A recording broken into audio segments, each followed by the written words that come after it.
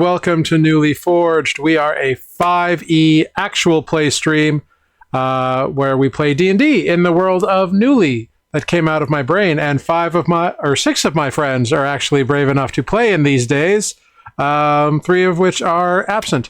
Unfortunately, Tanner, who plays Lunine, has a bit of a medical thing today, so he is out sick. We wish him the best and hope he's well.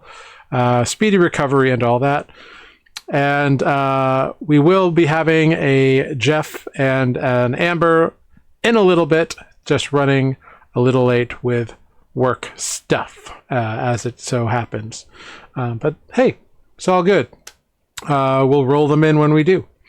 In the meantime, thank you. I've got it for the Pikachus. Always great to see those welcoming us in. In the meantime, let's go around, introduce the characters and the players who are here. But first, I need somebody to go ahead and roll me a D30. A D30 will do it. I'll take a D30 tonight. Who's doing it? There's 3 of you. Remember how that works. Oh, yeah, I'll do it. Like that, apparently. Great. 24. Cool. So as you introduce yourself and your character, please answer the prompt of, does your character have a sense of personal space? And if so, what does that mean to them? Is it like isolated? Is it more broad? Is it very specific? So just think about that for a moment. So as we roll on out, we're going to start up at the top of the ladder with Sarah. Hey, my name is Sarah, and I play Andra Greyspark, the halfling wizard. And I would say she definitely has a sense of personal space in that she doesn't necessarily want anyone to touch her ever. Okay. Particularly not these low-life peasants that might be around. Fair enough. By the way, it's our... Not a hugger. Yeah, fair enough. And that's okay. By the way, tonight is our 10th episode for Campaign 2 here, so we've officially hit double digits. And I apologize, last week I forgot to update the episode ticker on the bottom of the screen, so it said episode 8 all night long, even though we were playing episode 9. But hey, shit happens, I suppose.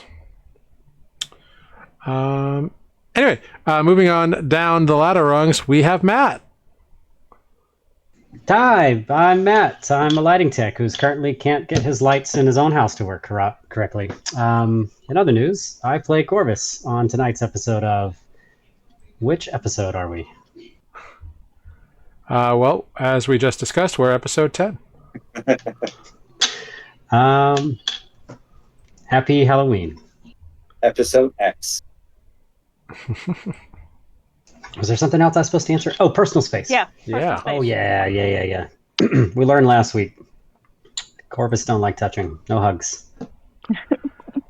Seems to be a theme for this group of crazy kiddos, which is all good.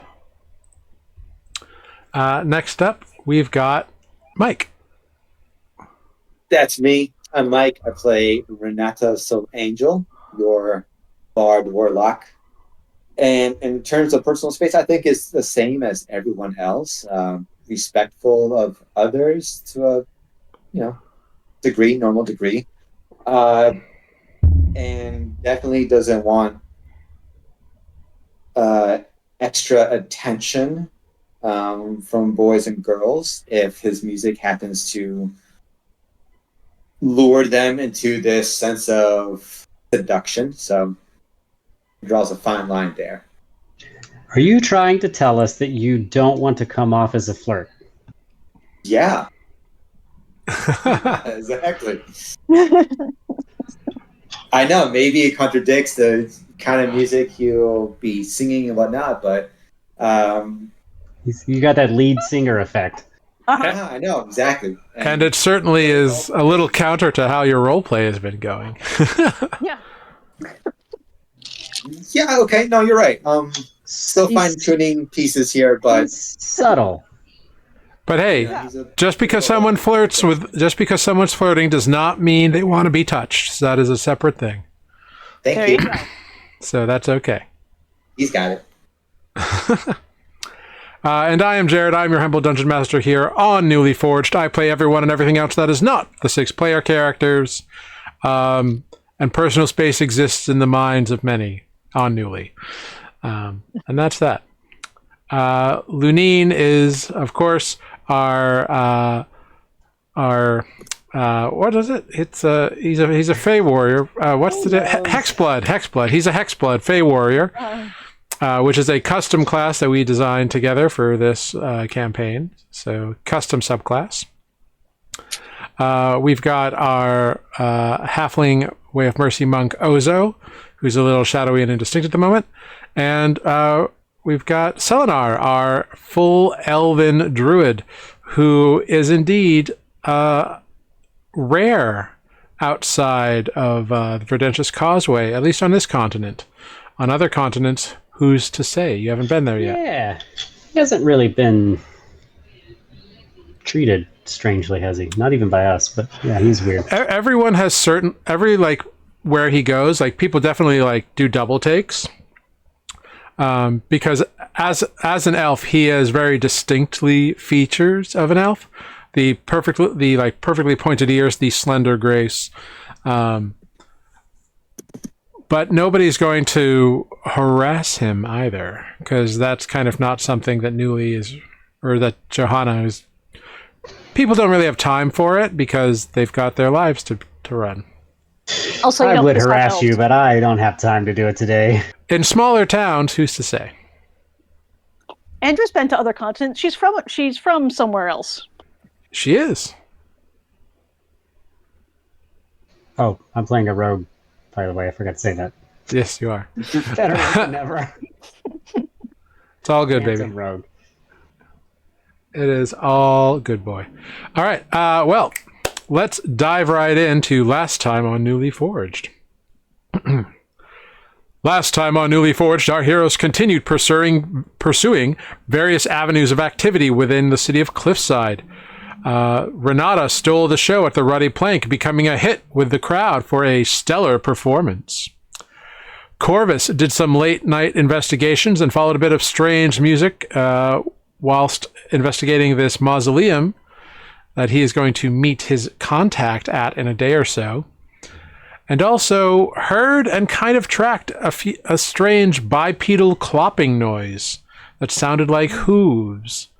He tracked them into the darkness beyond the edge of the established settlement area of the city, into the dark into the unknown of the cavern system, if you will, before returning to the light.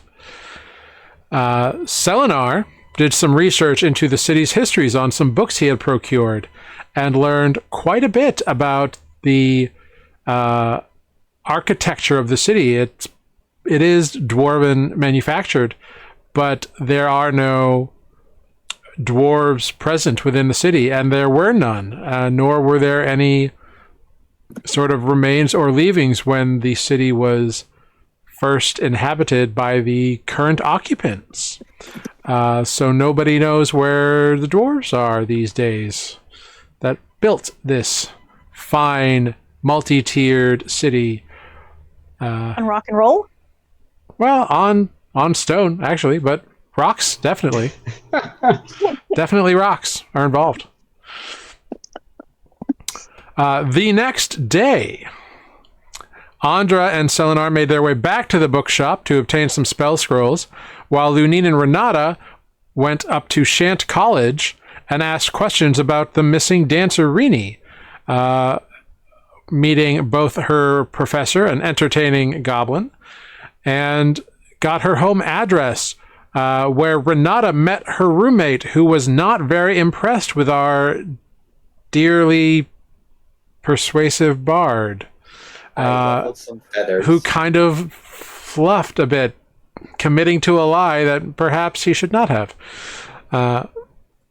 Meanwhile, Corvus and Ozo did some further investigating on their own and learned of a group of local heroes who perished about 5 years ago, named the Kindred Spirits. Rumors have sprung up that their old home is haunted, and the pair of Corvus and Ozo could not resist a preliminary investigation.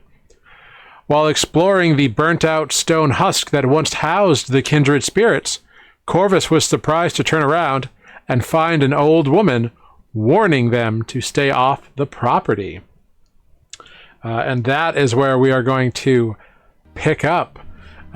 Corvus and Ozo, you are kind of peeking in through this kind of blackened, char-marked stone structure, and you turn, and an ancient human woman is there, and she's like, "Don't go in there. It's dangerous."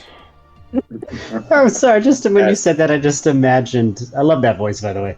Thank you, dear. Like, like you've got ancient dragons. I just imagine an old woman with like a different stat block. Ancient old woman. You'll never know unless you try to fight her.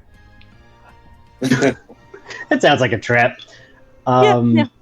Okay, she says don't go in there, and I think Ozo mentioned at last session right before we logged off that they had already started to walk in.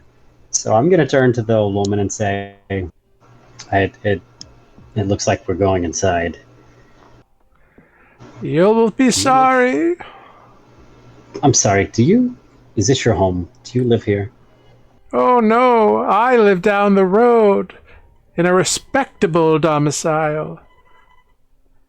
This place is bad luck. It's haunted, you know. The spirits of the dead who once lived here are restless these days. Causing... What? Go ahead. What do you mean, what am I doing? I'm trying to warn you. I'm trying to save your life, young man. Why are you here, though? Already? Before we got here. I was walking home, and I saw you poking around. Well, thank you. I appreciate your concern. Is the house itself unsafe, like structurally? Well, I'm sure I don't know, but you must be wary of the ghosts. The ghosts are the danger. It is funny you should say that. We're actually hoping to find some, so this is good news.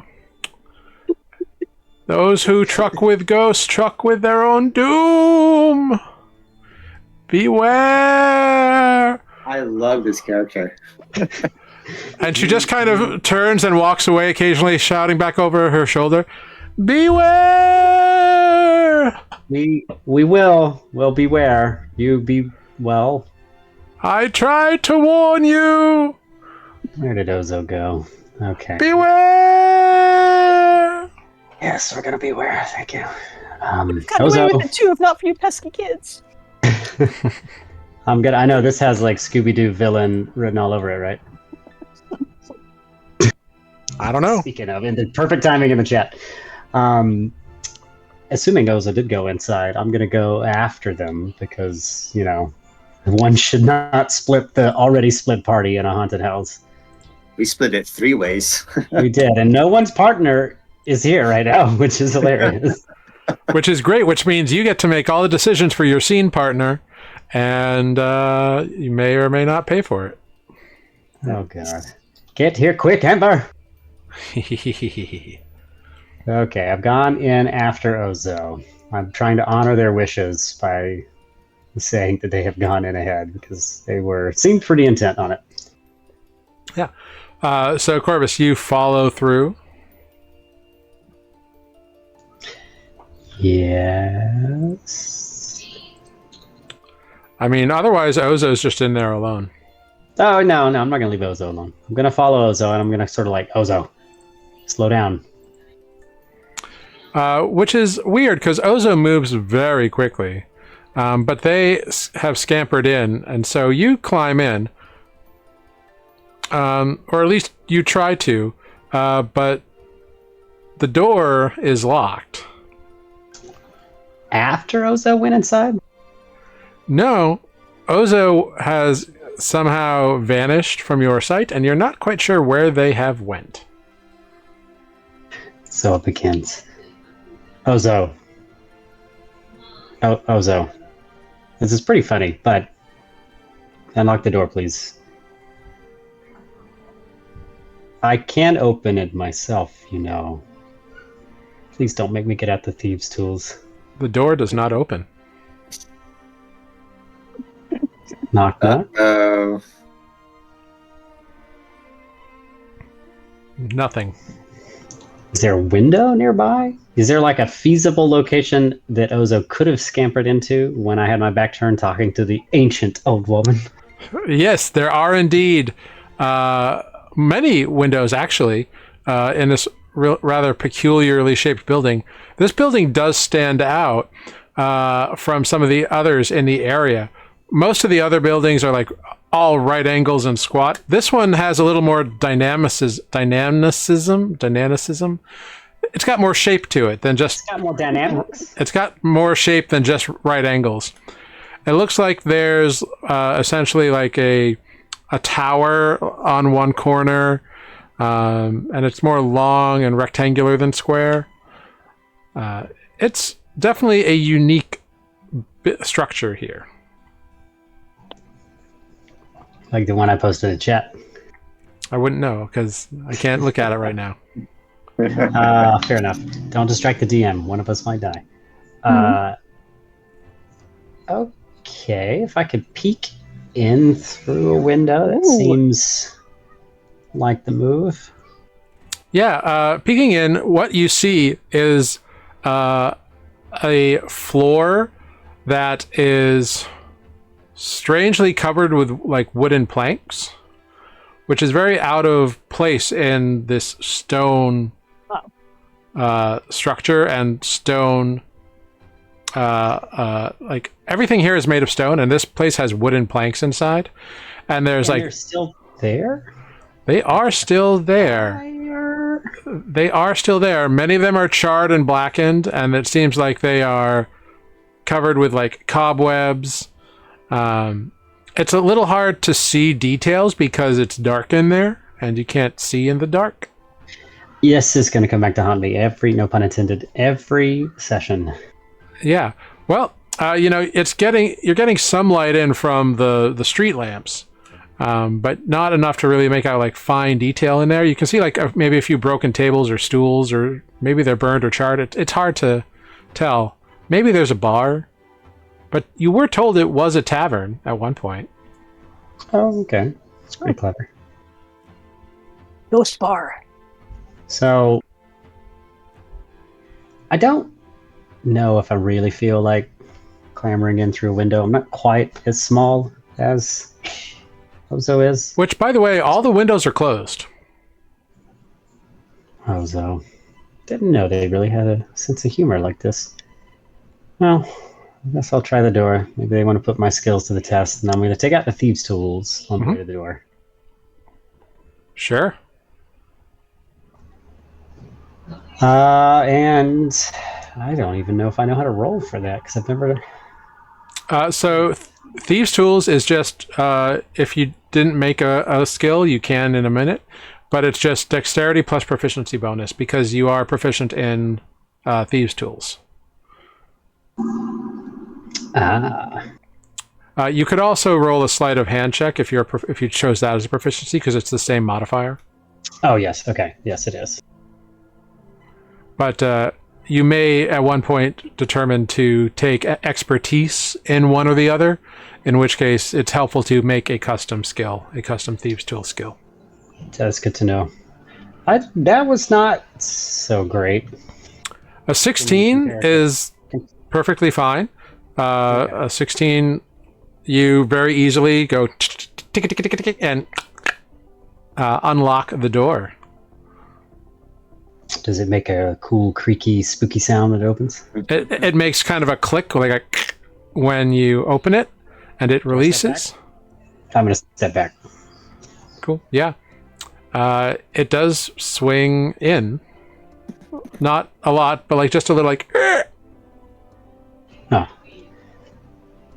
Push.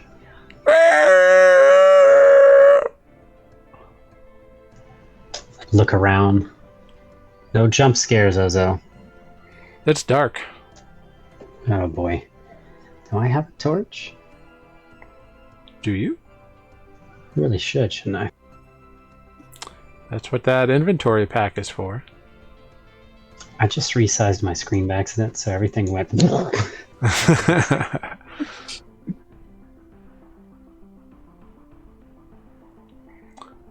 I'm sure you do have a okay. torch in your... I've got a hooded lantern. Oh, even better. I was about to say, and a candle.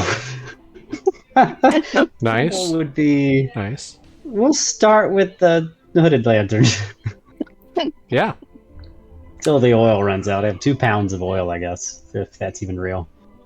Yeah, you go ahead, light the lantern, and what you see is a small but at one point cozy place, probably long enough. In the kind of the middle of the room, there's an old hearth that appears burnt out and charred. There is a bar that kind of like wraps around one side in the middle of the room, and then there's like space behind it that then looks like it goes off to another area. And then there's a bunch of seating that's been destroyed or burnt. And the weird thing, there's not a lot of burning here. It's mostly like destroyed stuff. There's a few scorch marks. But looking around, there's not like a lot of like ash or stuff that you would expect. Go ahead, make a perception check as you are digging around to see if you notice anything particularly weird.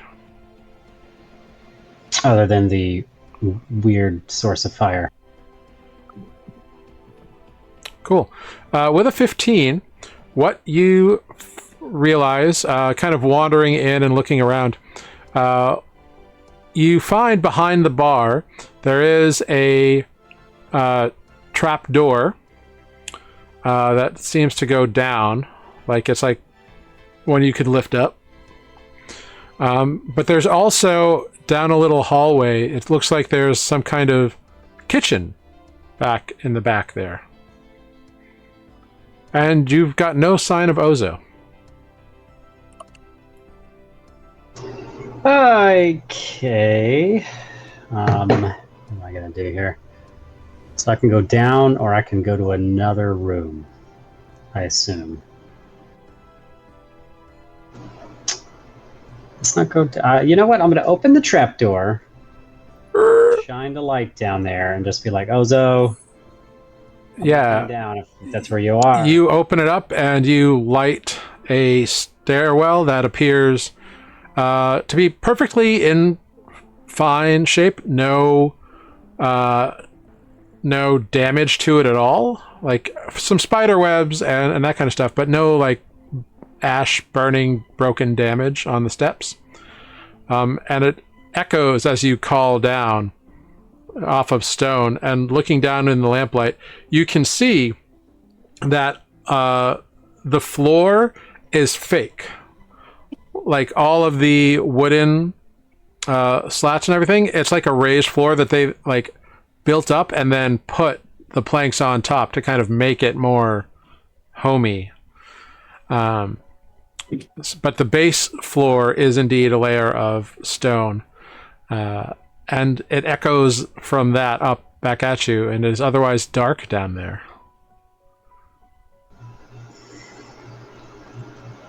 Probably didn't go down there. You close the door.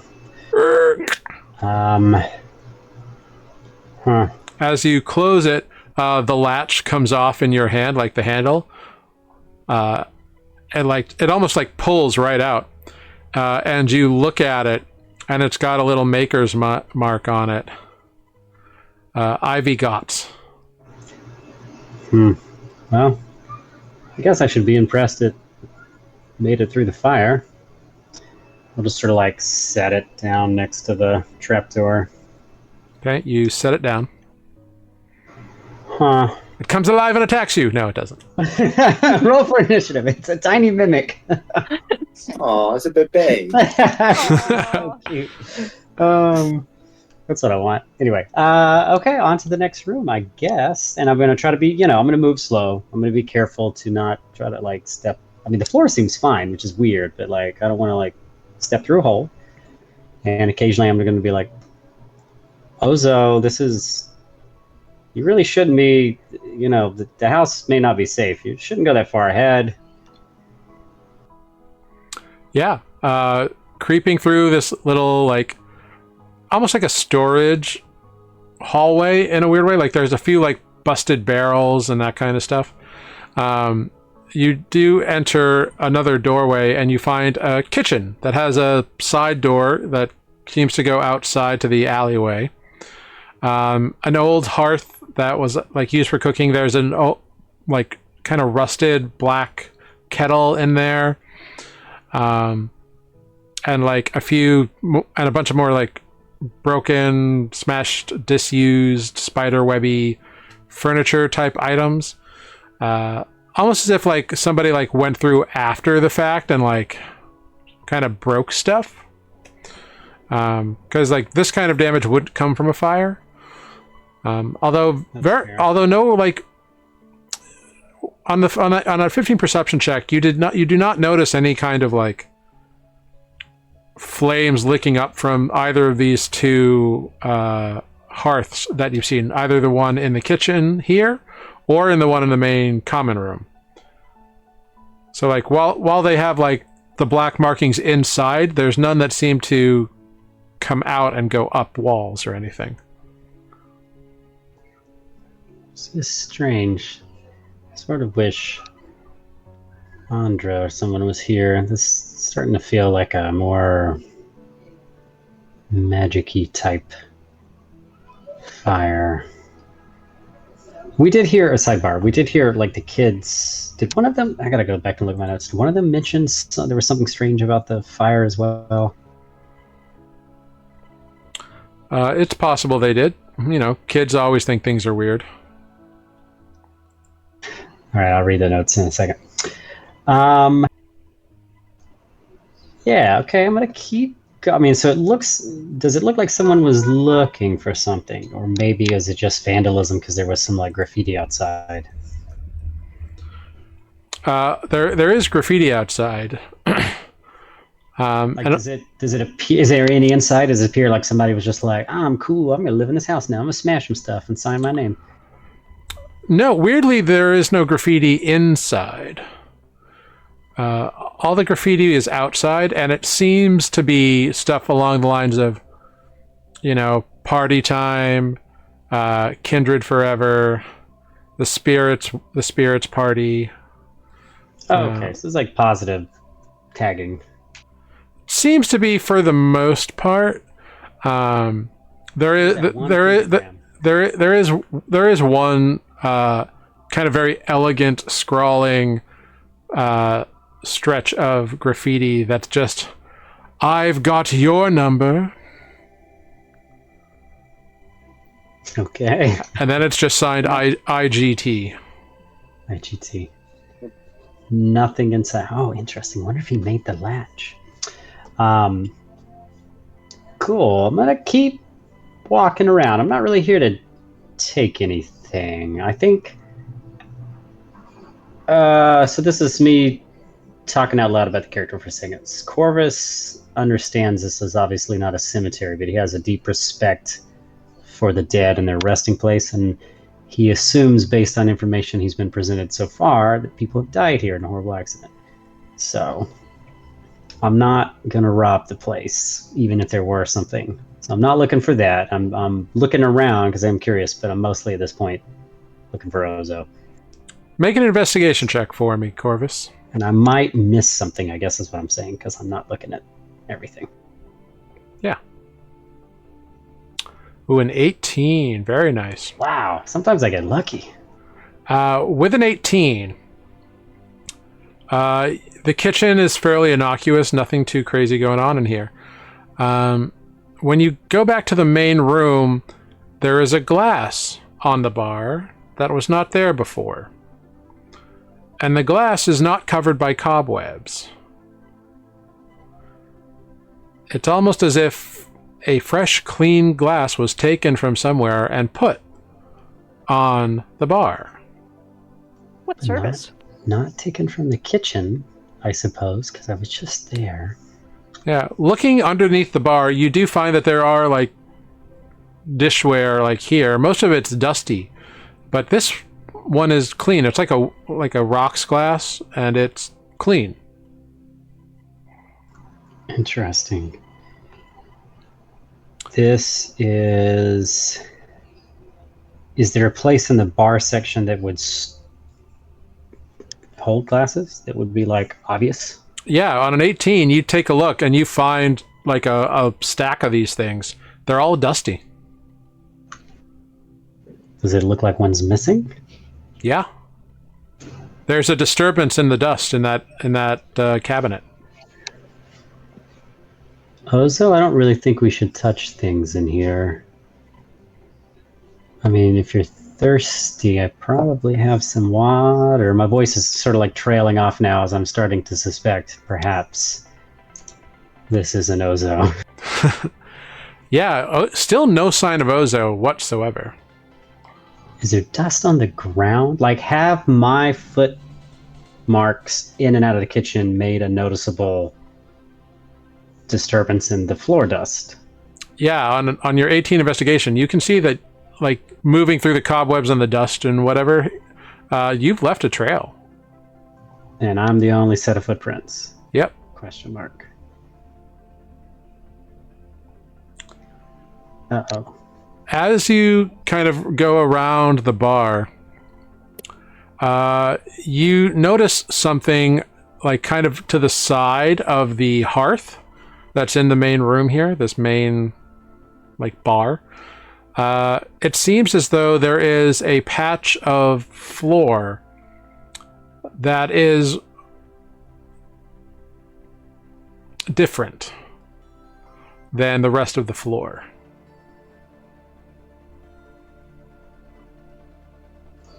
I'm gonna check it out. Yeah, checking it out, like, how are you checking it out? Are you just going to look at it, or what are you going to do? With an 18 investigation, I'll tell you what you notice about it, what makes it appear different. The cuts of the wood, like, are this in the same direction, so, like, it's cut in the same way, but the grain is 90 degrees rotated.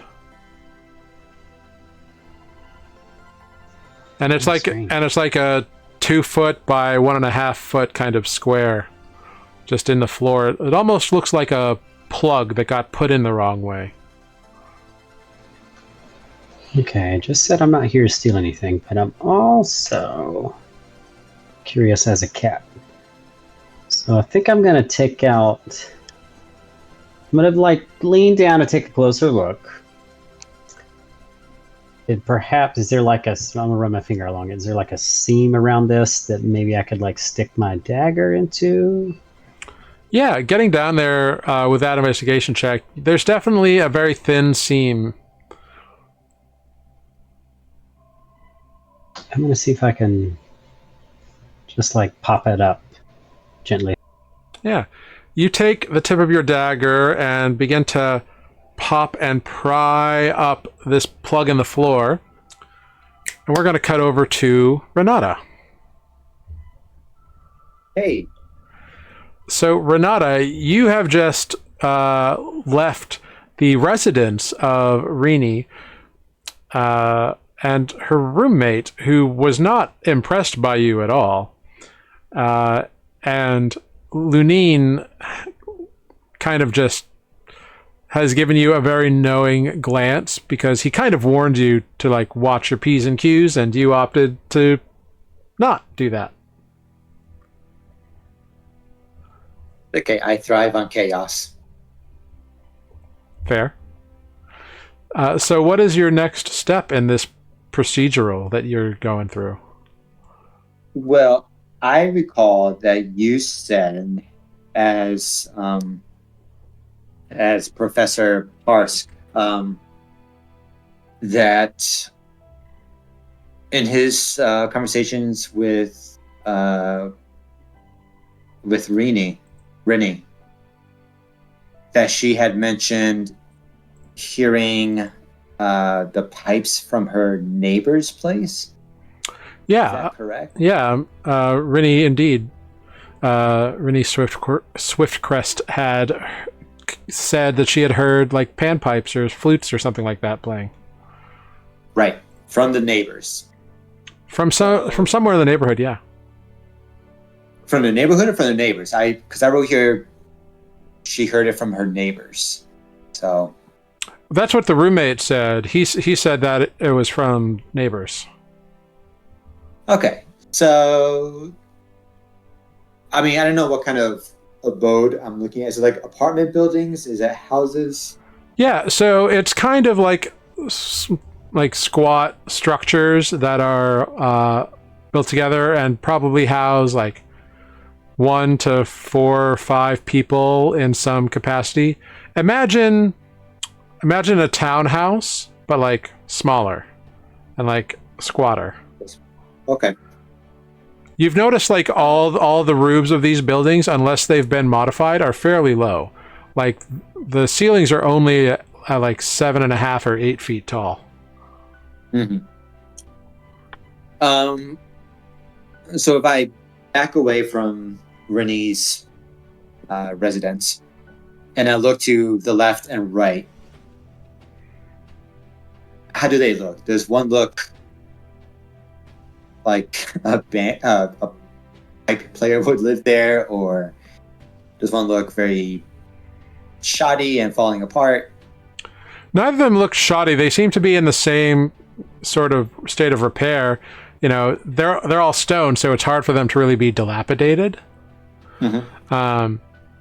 But you do notice that the one on the left, there's like plants hanging out of one of the windows on the second floor. The one on the right, there's like some laundry kind of airing out, like some unmentionables, as it were. And that's about the only difference between them. Like what's out the windows on the second floor. Okay. The curtains are different on the first floor apartments. Also, do I still have that music playing in my head? From the paper with the names on it. Yeah, so the music is still playing, but it's very far in the background, very low. Okay, and do I get a sense that it's sort of like a homing beacon? Like, am I hot? Am I cold? Like, no, you kind of get the sense that it's just to like keep you on task. Got it. Okay. In that case, this will probably be a dead end, but might as well ask the neighbors if they've seen or heard anything. So I will go to the one with the unmentionables. You Sure. mentioned them. Of course you would. Yeah. We'll go there first. Okay, great. Yeah, you head yourself over there. I'll tell Lunine, hey, kind of learned my lesson from the last one. I think I know what I'm doing, so just sit back, be imposing, but quiet. Lunine just kind of rolls his eyes and kind of motions for you to go ahead. Cool. So I'll knock on the neighbor's door. Yeah, you knock, and a few moments later, a very tall, skinny, but like toned man opens the door. He's probably like almost 6 feet tall. Opens the door. He's wearing like a pleated skirt and kind of like a halter top. Mm-hmm. Yes? I'm so sorry to bother you, but I'm looking for my friend Rennie Swiftcrest, and My neighbor? I was wondering if you... Yes, and I was wondering if you maybe seen her or I don't know, have any sort of information. I haven't seen her recently. Normally, like, I just kind of see her out and about every couple of days or so, and she likes to stroll through the neighborhood occasionally. I don't know if she comes home very often, to be fair, but hey, that's her life. No judgment, you know? I'm certainly not one to judge a social life, you know what I mean? Absolutely.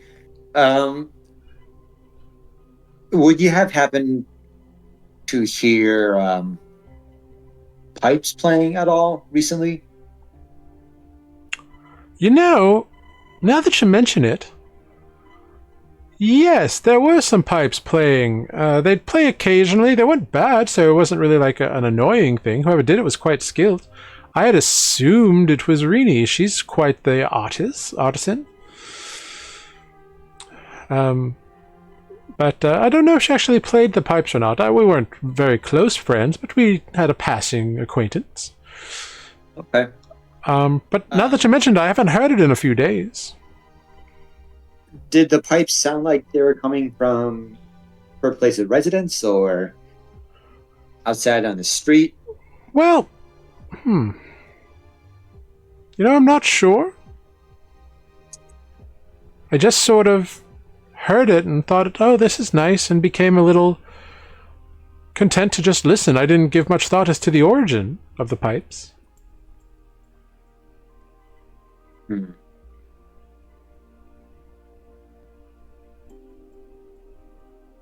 don't think there's anything else I can ask, but there's just this has been her MO that she only checks in back into her place every couple days, and there has been music playing, but no one seems to mind it or care for it. Are you looking? You're looking for her, you said. Yeah, I haven't heard from her in a bit, and I'm just starting to get worried. Well, I know she's often dancing down at some bar by the docks. I've checked there first. Oh, They haven't heard from her in some time either. really? That is interesting. Because she never misses a gig. Yeah, which is what has made me concerned for her now. And I checked in with her school, with her professor, and I checked in with the neighbor, or I'm sorry, not the neighbor, but the roommate. Oh, Clyde. He's a sweetheart, isn't he? Is he now? Of course. Is he? Yeah, no, I certainly got that impression from him. Yes, he's a very sweet man. However, well, I guess if you think of anything, please let me know. I'll be staying at, and I forgot the name of the place, but I wrote it down. But The Ruddy it's the Plank. name of, thank you, Ruddy Plank. Oh, My name is Renata Soul Angel. well, Renata Soul Angel. The name's Shivan. Pleasure to meet you, Shivan. I Yes. wish it was under better circumstances. Well, perhaps I'll see you on the stage one day. You might find me under my stage name, Miss Perfection.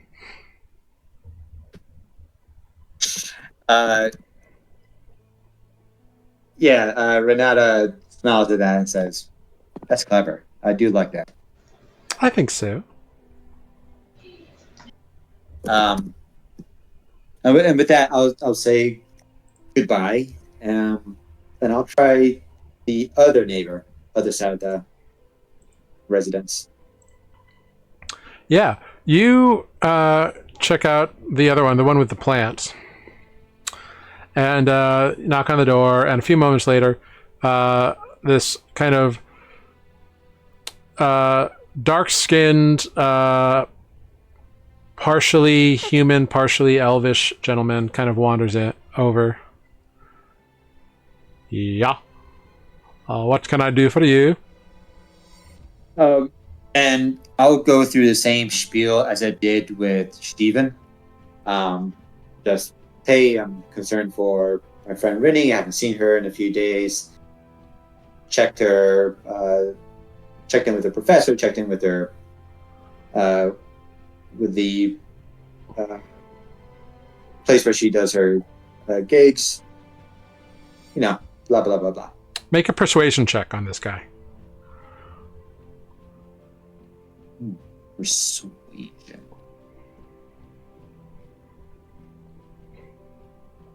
Uh, 10. Okay. Yeah, he kind of looks at you. He's like, "Well, I don't know where Rini is, but I do know that I heard these pipes playing. I heard them playing down the street a little days ago. I think they were very nice, but they were definitely coming from that way." Great. That's promising.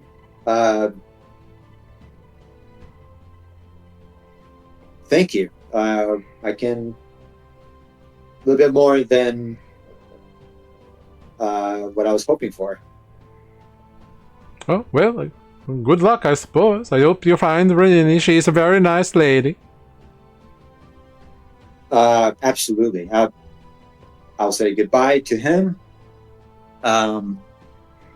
And I'll walk a little bit down the direction that he pointed in. Yeah.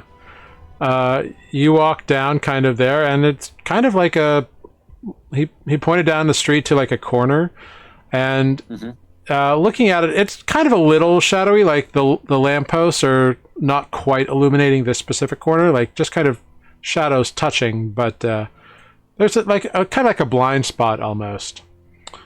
But yeah, that's what you find here. Go ahead, make an investigation check, see if you can find anything else.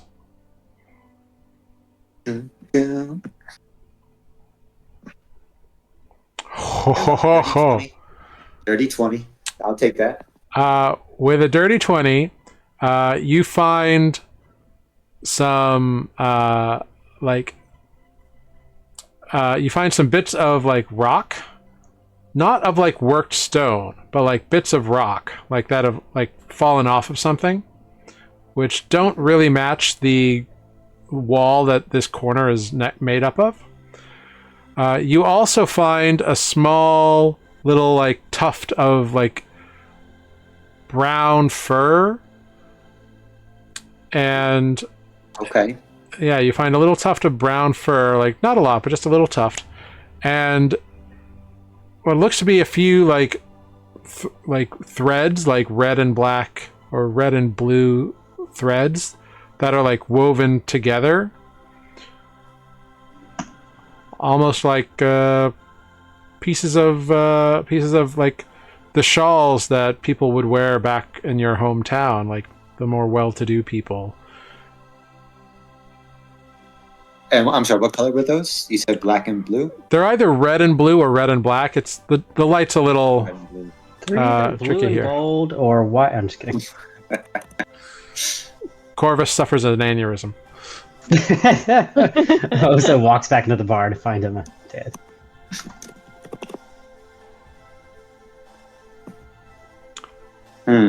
So yeah, so you find those weird three disparate things kind of at this corner.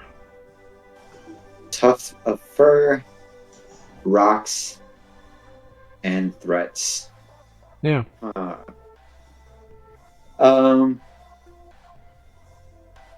And looking around, do I see what may be like a abandoned home or? No, everything around here seems inhabited.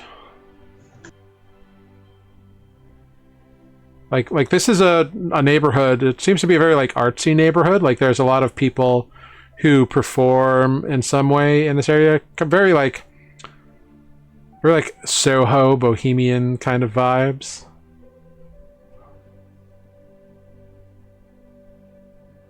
Okay.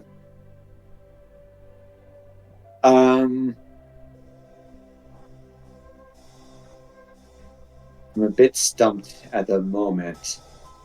However, regarding the threads I found, would I have seen, I don't know, a section of the city where a lot of the inhabitants wear shawls? Like, is it like,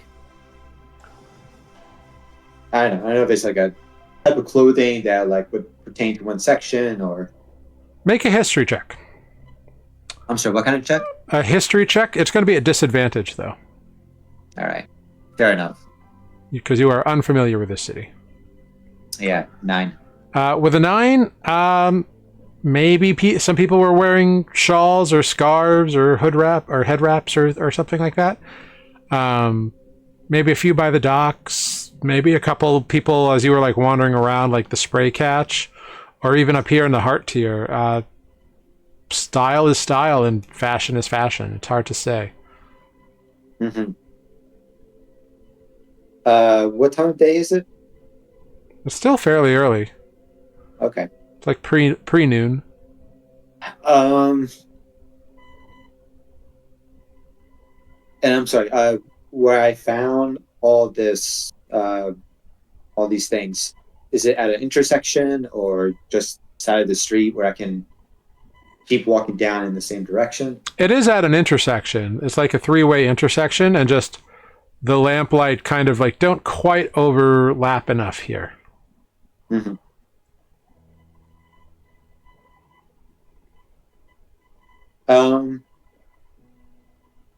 I'll try walking up one direction a little bit, see if I can find anything else, or if I see any place that looks like a good hiding spot. Okay, make a perception check. And if I don't see anything one direction, then I'll turn around and go down the other way. 16. Cool. So you kind of keep heading along in the direction of the wall here, and you see like a few like skinny alleyways that like people could dash down. You see a few like just sort of, the best way to describe it is places where like you could like tuck in and hide, but not like where you would be fully concealed, really, other than these like little alleyways. Okay. Are there people walking around? Yeah. Okay. If I can go up to one and ask, I'll say to them, I'm sorry, don't mean to bother you, but I'm new here. I'm trying to explore this area, and I just want to know what's up that direction. And I'm pointing to the direction that I was walking in. Like anything further up this way? Oh yeah. If you keep going that way, pardon me. If you keep going that way, you will soon enough discover that you will go beyond the inhabited areas, and soon you will be in the dark of the deepest reaches of the city. Yeah. My ears perk up a little bit at this. No, I'm sorry. What do you mean the darkest reaches of the cities? Well, you know, the city is not fully explored or anything, yeah? The city is only partially inhabited. So if you keep going that way, there will be dark buildings and unkept streets, and eventually there will be caverns and pathways. Okay. And if I would do a 180 and go down this street, what's down this way? Oh, it's a very nice park that has been established in the last couple years. The little cafe, very nice. Okay. I thank you so much for this. You're welcome. Hope to see you around. Yeah, yeah. They kind of wink at you.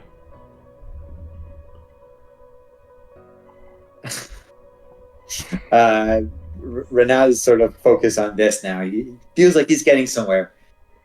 All right, Lenine. Feel like we're getting close to this. Let's go down to the dark. What could possibly go wrong? He cocks an eyebrow and just kind of shrugs and follows you. Meanwhile, we're going to cut back to Andra and Selenar. You have just bought a couple of spell scrolls and whatnot at Talon's Tomes. What is your next step? And we don't really know where anyone else has gone. We all just kind of went our separate ways. I imagine you got like some vague things, like like Corvus and Ozo were going to like explore the city a little bit. Renata and Lunine mentioned that they were going to go up to Shant College and ask about this dancer chick. Right.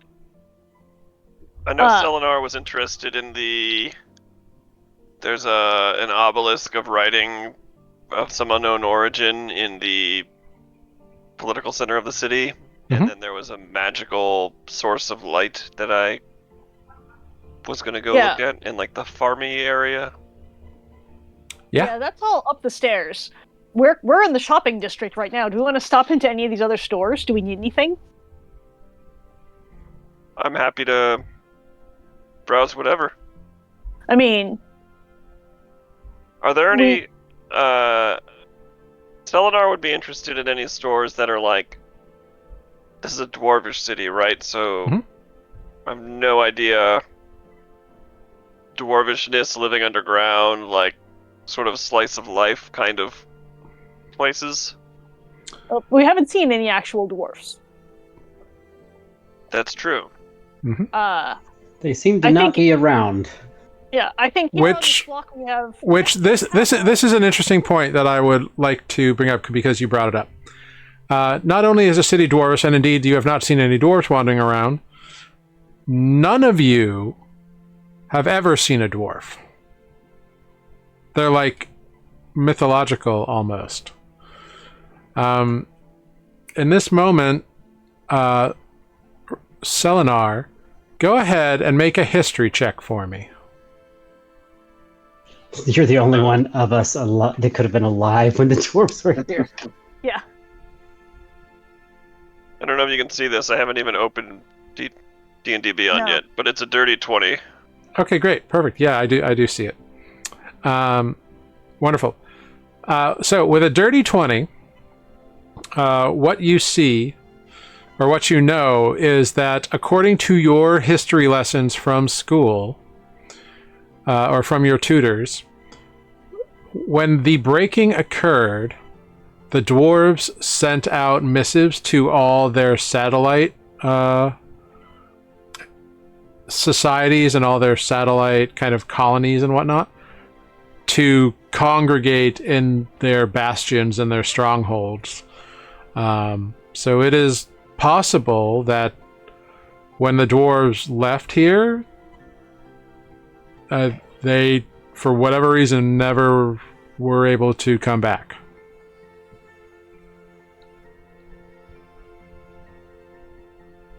Interesting. But that may also explain why that book said that, like, they didn't find artifacts or like bodies or anything like that. Like, everything was taken. Right, they packed. Yeah.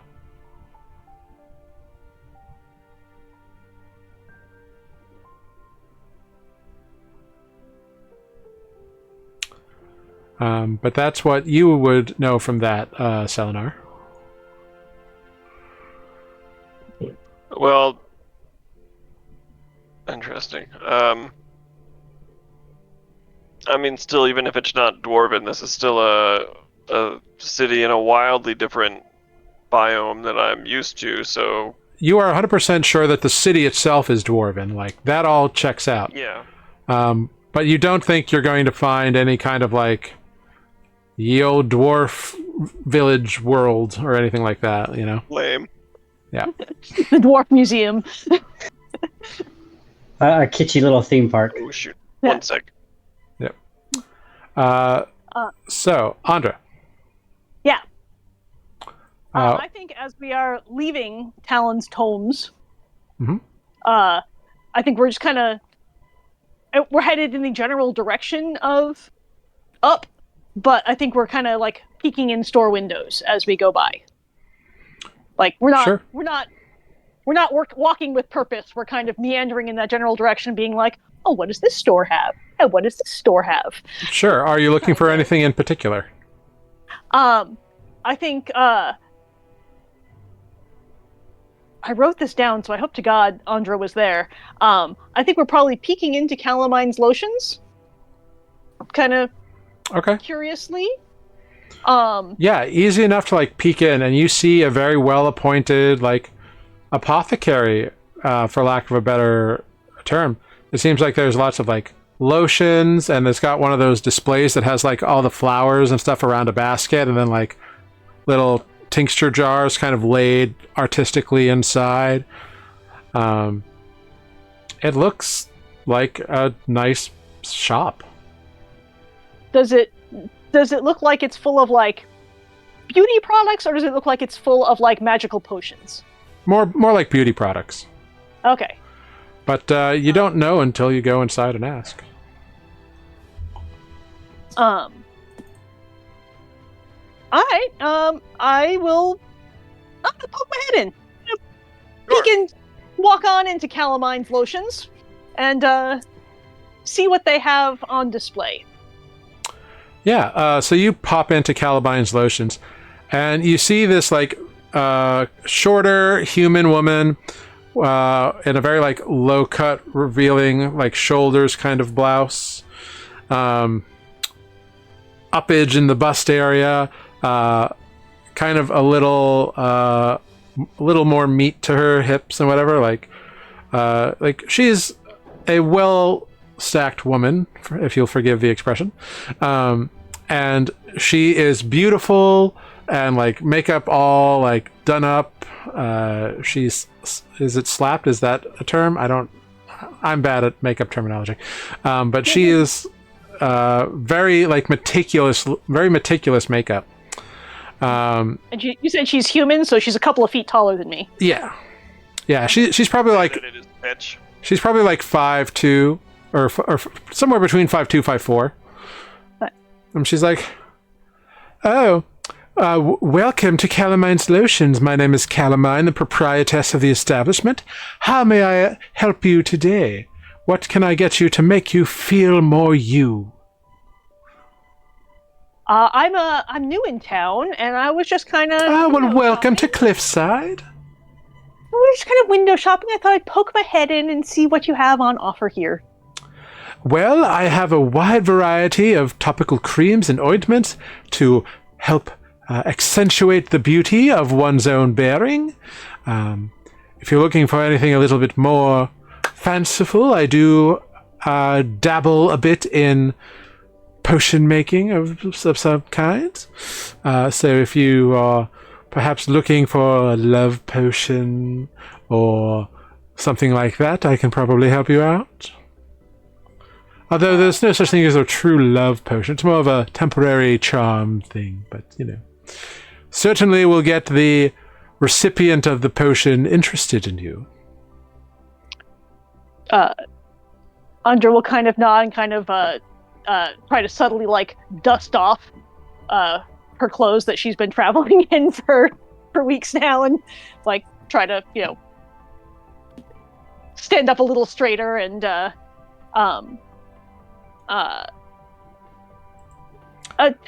me more about. Do you have any other types of potions, or do you deal strictly in the charms? Oh, well, I can see you are a person of quite well means and taste from the cut of your robes, if you'll forgive me noticing such fine craftsmanship.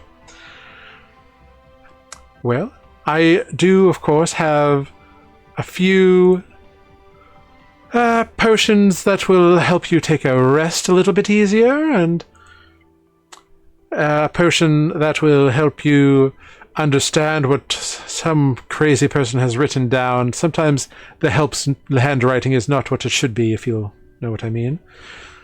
Too true. If you perchance have been taking of a bit of something you shouldn't and you need a bit of a cure-all, I have a bit of a potion to heal you up. Very good. Yes, of course. And if you want anything more interesting, there's a possibility I might have one or two such intriguing, rarer items lying around. I guess it just is a matter of what you might look for. As I said, I do have these lovely potions of infatuation, which are just for fun. No harm, no done. They're not a permanent thing, so no mind control here. Do I look like I'm in need of such things? Of course not, but you never know. Some men or women need to have their heads turned in the right direction from time to time. Very good. Well, we've been a number of days at sea to come here. Do you have anything? Do you have any lotions for the sun? Oh, of course, right this way. And she brings you over to like a full like it's like not only like essentially like aloe vera for like any sunburns, but like rehydrating oils and moisturizers and like salt scrubs and like a few different like lotions like that to kind of like help the skin heal. Are there price tags on anything, or would I have to ask? She can, like, depending on what it is, like, everything seems to range from, like, 8 copper to, like, 2 gold in this kind of range, depending on what exactly it is and, like, how much you want. There is a little gift basket that has kind of assortment of all the things, which is 3 gold. I'm going But to, it would be cheaper to buy that than buying, like, all the different jars separately. Sure. I'm going to purchase a small jar of like some skin soothing salve. Yeah. Like just something small. Yeah, a small basics like soothing skin salve is like 9 copper. Great. Yes, it is a bit of a luxury, but it will make you feel great, and it smells of lavender oil. Ooh, I love lavender. Ah, well, this was made with you in mind, then.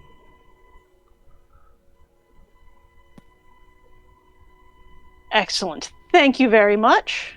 Of course, it's a pleasure doing business with you. I do hope you return for more of our wares during your visit. And, of course... I'm sure I will. Wonderful. And, sir, Mr. Elf, is there anything I can get you?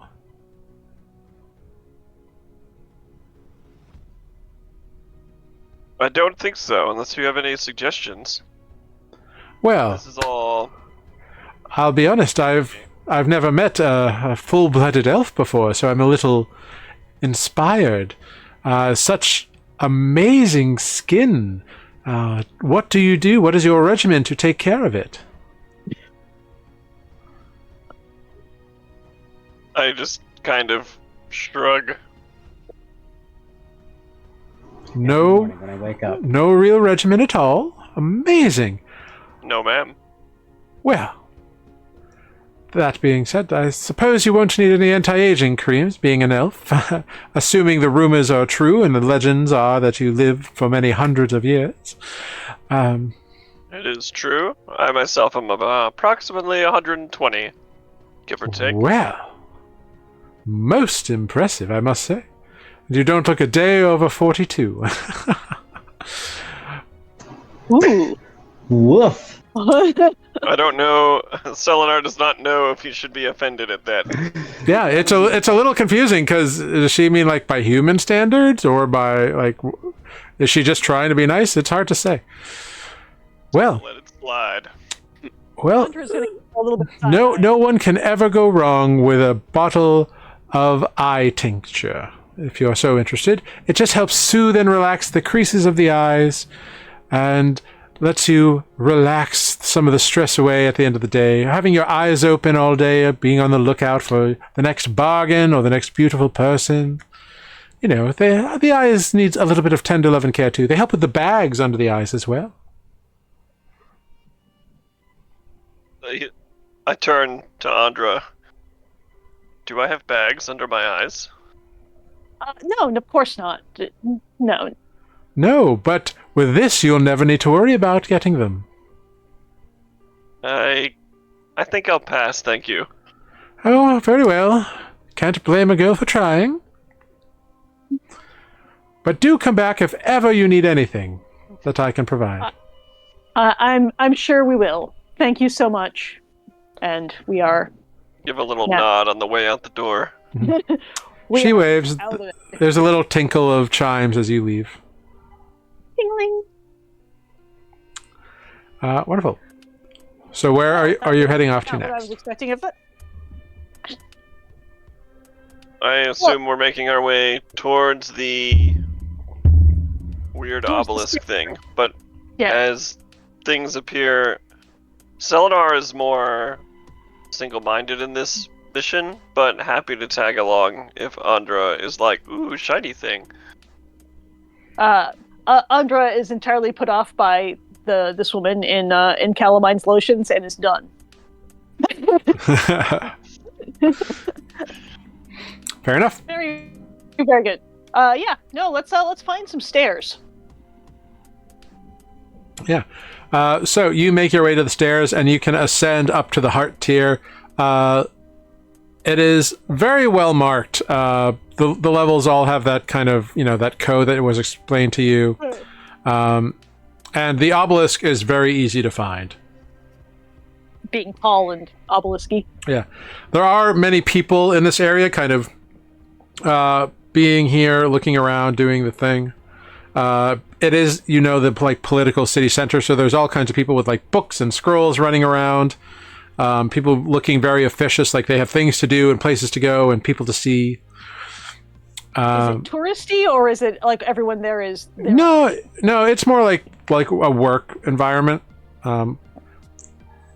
There's not tourism isn't really a thing in this world yet.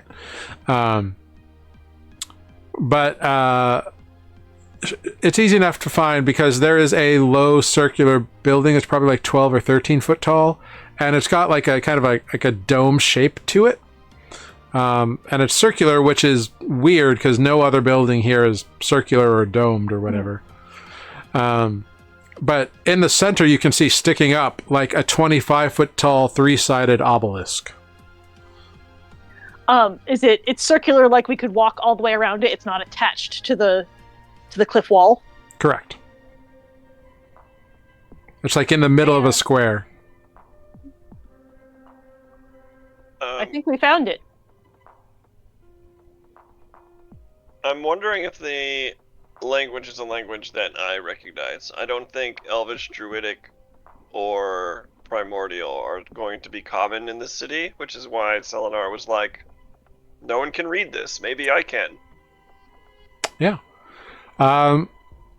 So approaching, you see that the area is guarded, but because there's no meeting of the pillars taking place, you can go and approach it. And there's a few people kind of in there working on something or just looking around. Denizens of the city are allowed to enter the area. But the pillars offices are located elsewhere. This is the meeting place for the official functions. Is it we can go into the dome? Yeah, so entering into the building through colonnades with arches and stuff. You see that the dome isn't really a complete dome. It's from the outside, it domes up about halfway and then kind of stops, and then it's half dome. Imagine a bowl that you cut in half. It's that. It's that, but all the way around. Or like a donut. I guess, would be a more like a torus. Half of a torus. That's what we're looking at. So the obelisk is open to the air.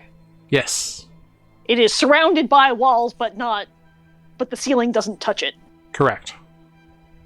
And the obelisk goes up above the ceiling by like 10 or so feet. Right. Can we walk up to the base of the obelisk? Yeah. It's about 4 or 5 feet wide at the base. But yeah, you walk up and you look at it, and like there are these strange carvings in it.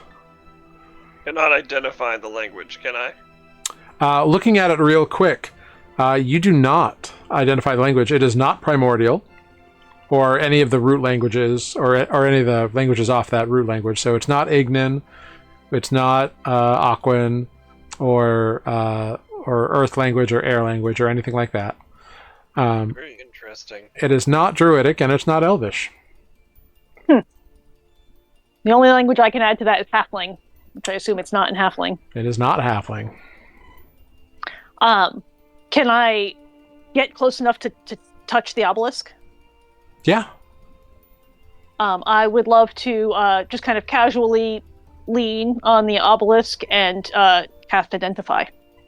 I was hoping you would do that. Cool. You're casting a spell. You're using a spell slot. No, I'm casting it as a ritual. Okay, so you're going to have to stand Hanging there. out for 10 minutes. Yeah, we're hanging out for a little while. That's why I'm casually leaning against the obelisk and like trying to not draw a whole lot of attention because we're going to have to be there for a hot second. Cool. Make a deception check. Casually leaning over the sign that says, "Please do not casually touch the obelisk." Okay. All right. 8. So you're leaning on this thing for a couple of moments, and suddenly you hear a You turn and come face to face with a 5.5 foot tall human man in chainmail armor with a massive pike in his arm, and he says, "Excuse me, is there a reason you are caressing the obelisk?" Well, the spell fails, obviously. And I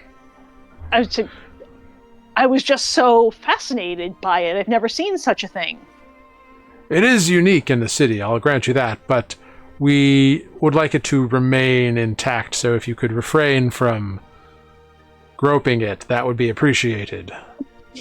Sir, I'm unfamiliar with this language on the obelisk. Do you know what it is? There are not many languages that I cannot identify. Oh. I'm absolutely playing up my elvishness in this. Well, I'm sorry, are you... I'm a scholar from the Verdentious Glen. We've traveled many, many days to be here. Oh, I'm sorry, I was not aware that an elvish envoy had been sent from the causeway. Well, the obelisk is... the carvings, nobody really knows what they are. We've not been able to sort it out. I'm not really much of a scholar, so I don't know what it could be. We know it's not Dwarvish runes because the gnomes use the Dwarvish alphabet for their language, and they said that it's not that. Do you know anywhere we can go and learn more about the obelisk? Does anyone know how old it is or where it comes from? I don't, but they might know something up by Shant College. There's a lore master there. What's his name? What's her name? CL? CL, yeah, Master CL Galhusa, I think. She's probably like the history person to ask up at the college. That's fortuitous. We have an appointment there later this evening. I shall ask for her. Oh, well, there you go. Yes, but of course, you're welcome to learn anything you can. But we just, it is the center of our business politic here, and we'd much rather it not be pod. So sorry. I was hoping that during this conversation you would just like cast it again. Just with the spell slot this time. I don't think I can cast it with a spell slot. I think I can only cast it as a ritual.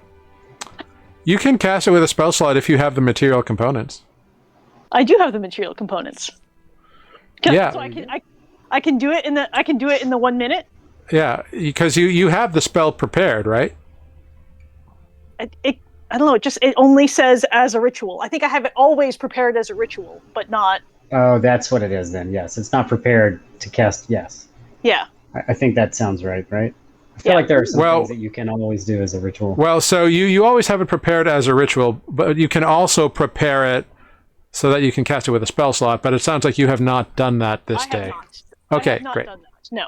Okay, great. So no. Cool. So unless Selenar is talking for 10 minutes or more. Nope. Seems like it was just that length of the conversation. I was trying to delay, but I don't think I can delay that long. Yeah, no, Yeah. sorry. I can only do it as a ritual. I am but a wee wizard still. Soon. Well, I hope you enjoy. Sir. Of course, I do hope you enjoy your stay here. I know we'd love to get some more economic and societal goodwill with the causeway. So, go. We are obviously from far away. I'm not familiar with the way of life in an underground city at all, let alone one so large and illustrious as this. Do you have any recommendations of where we should see while we're in town? Let's see. If you like gambling and seeing a more party atmosphere, there's the Lucky Chance here on the Heart tier. If you're more of a pious type, there's the Holy Road with a bunch of temples and that kind of thing, although it's a bit out of fashion these days. Shan't College, but I guess you already are going there. There's the Velvet Pillow, which is a very fancy spa, if that's your thing. I've never really been. The Solarium is quite impressive, if you're into sort of that, which is more of a semi-religious, semi-not kind of thing. I don't really understand it. And the farms are quite pretty. The farms were on our list. Someone else had recommended to visit those as well. It's interesting to see, absolutely. I appreciate the conversation. Of course. Have a great rest of your afternoon. You as well. Enjoy your stay in Cliffside. You may have just made this guard's day. So after he walks away, Andra, what did you learn? I Nothing assume useful. I noticed she was casting or like ritualing something. Yeah, you definitely saw her kind of making movements and mumbling under her breath before the guard showed up. I cannot read this language and don't know anything about it. Did you learn anything? Nah. Sorry, the guard interrupted me, and then he said I couldn't touch the obelisk anymore, and that was not helpful. I attempted to delay him, but apparently unsuccessfully. Inadequate distraction. Next time I'm bringing the bard. That may be wise. Emphasis on may. I'm gonna walk. If it's only 4 feet around, I'm gonna walk all the way around the obelisk before we leave. Yeah, it's easy enough to do. You walk all the way around it. The carvings are different on each side, but they all have the same vibe to them, the same language, for lack of a better term. Although it's weird. You notice, make an intelligence check. Straight intelligence. Straight intelligence. Natural 20. You do not know the language, but you think pretty hard about someone who would. Maybe two people who would. You're not on the best of terms with them at the moment. But you know a couple people. But as you're kind of staring at these strangely shaped runes or letters or whatever, you begin to get a headache. And you feel something clawing at the back of your brain. Can I take out a pen and try to copy some of these? Try to copy the... Yeah, like there are people all around kind of doing that. It's like an art project, art school thing, kind of like people do that. And so you can copy it down pretty damn accurately with a 24. Cool. Weirdly, once you break eye contact to begin copying the runes, that feeling in the back of your brain goes away. I was going to say, pull out my pot of lavender salve and rub a little on my temples. Yeah. Cool. So you notice that there are a few pikes around here, but they are not like coming up at you as long as you're not like touching the obelisk. Okay. Fair.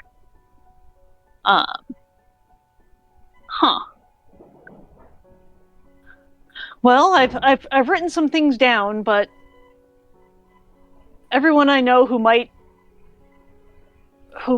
be able to read this, I don't really have a way to get in touch with them from here. We're kind of far from where we started, or where I started. That's true for all of us, I suppose. But It's a fairly hey, at least- fairly accurate transcription you've made, though. well, at least this way, if we find someone along the way who might be able to translate it, we can show it to them.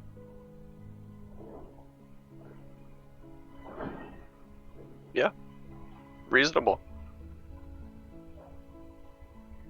Shall we mosey? I suppose you've seen enough of this obelisk now. Yeah, I was hoping that I could identify the language. But at least we've learned of CL that perhaps before Renata's party we can try to find her. Yeah, nothing says party like going to find the lore master first. True. So you two head off towards the college, and we're going to cut back. Ozo. Hello. Hi. Where are you? I don't know. Where'd I go? So Follow the hooves. you, as this old woman appeared to talk to you two, you kind of just Ancient. this ancient old woman appeared to like give you dire warnings about entering the old Kindred Spirits building. You just kind of walked in, opened the door, walked right in, no problem. The door closed behind you, like on its own, kind of leaving you in the dark. And then, like looking out, you saw Corvus like peek through a couple of windows, like try the door and like call to you, and you responded, but he didn't respond back to you. And then you heard him, for whatever reason, use his lockpicks to unlock the door that was not locked when you came in moments ago.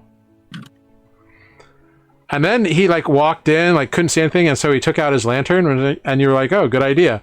Didn't respond to you at all, and just like kept calling as though he could not see or hear you. And you followed him as he like went behind the bar, picked up the trap door, called your name down the stairs, and you were like, dude, right here. Nothing. Closed the door, closed the thing, the handle came off in his hand, he just kind of put it down. Walked into the kitchen, still calling for you, not finding you. So you're keeping tabs on him. And you walk back, and there's a clean glass sitting on the dusty old bar. And he like looks down at where the glasses should be, and they're all covered with dust, but he notices a disturbance. But this glass is clean in here. And as he's looking around, his eyes dart over by the hearth in the main room. and he beelines for it. And he's looking down at it, and you can't see what it is at first, but then you realize that it's like a floor plug. Like all the boards are running the same way, but all the grain is 90 degrees from the direction it should be in. And he has just leaned down and has taken out his dagger and is about to like pry open this floor plug. Are you going to do anything?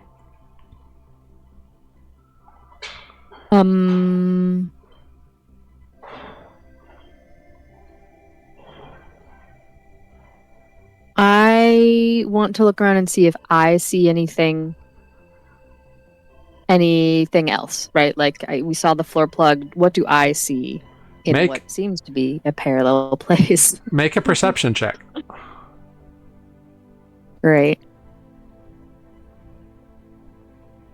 22. 22. Very good.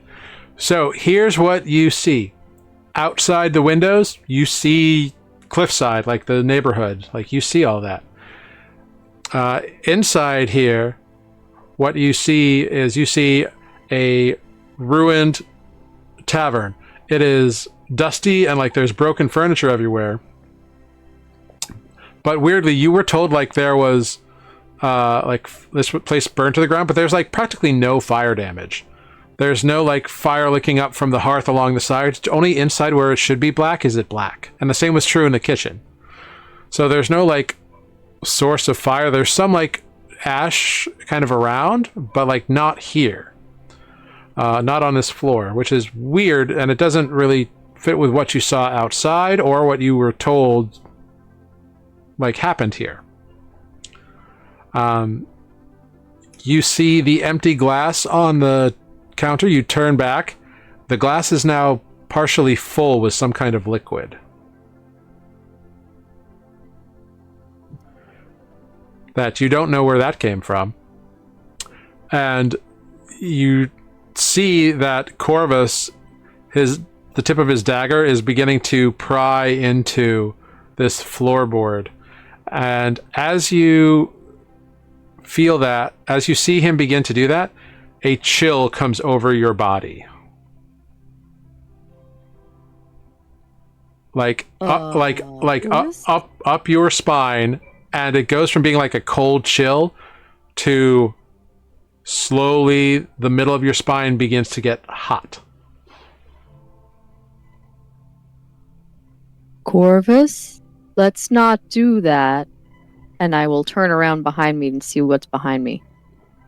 Turning around, there's nothing behind you, but you see Corvus still like prying in the dagger. He doesn't appear to be responding to you.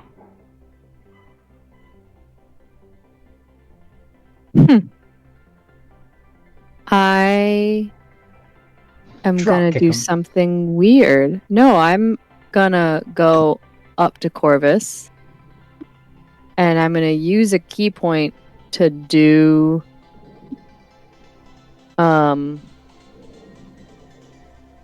what is it called? My hand of healing on him. I just want to use a key point, try to touch him with a key point. Okay. Yeah. You reach out and expend a key point and touch Corvus. As soon as you touch Corvus, you turn and it's like someone like surprised you and snuck up on you and touched your shoulder as you were digging it in to pry off this thing, and Ozo is there. Where were you?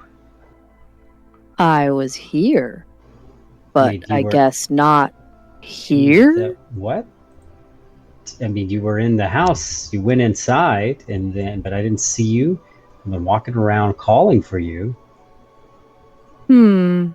I was following you. Were you sneaking up on me? That's really hard to do. I'm impressed. No, just walking. But I didn't see any other footprints in here. I'm gonna look down. Are there little Ozo footprints around now? Yep. What? Now they weren't. Something weird is happening. Yeah. let's not poke that yet. What the this? The this. Yeah, that. Also, I think there's stuff in the glass now. I'm gonna look at the glass now. Yeah, there is like 2 fingers of a dark liquid in that glass. You hold 2 fingers. Yeah, you hold up the lantern and kind of point it in that direction, and like an amber liquid is now filled the bottom of that glass. Huh. It's just Selenar, like, Right. hello? I say toward the bar. No response. You don't have to be shy. I want to say it in my brain. Okay. Did you say that out loud? I'm saying this to Jared. Close your ears. Okay. You reach out with your mind. And what do you say with it exactly?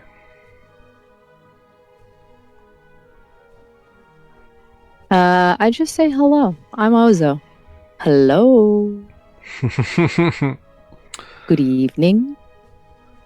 Is it evening? No, it's still morning. It's like pre-noon. Right. Good morning. Sorry to bother you. Wild.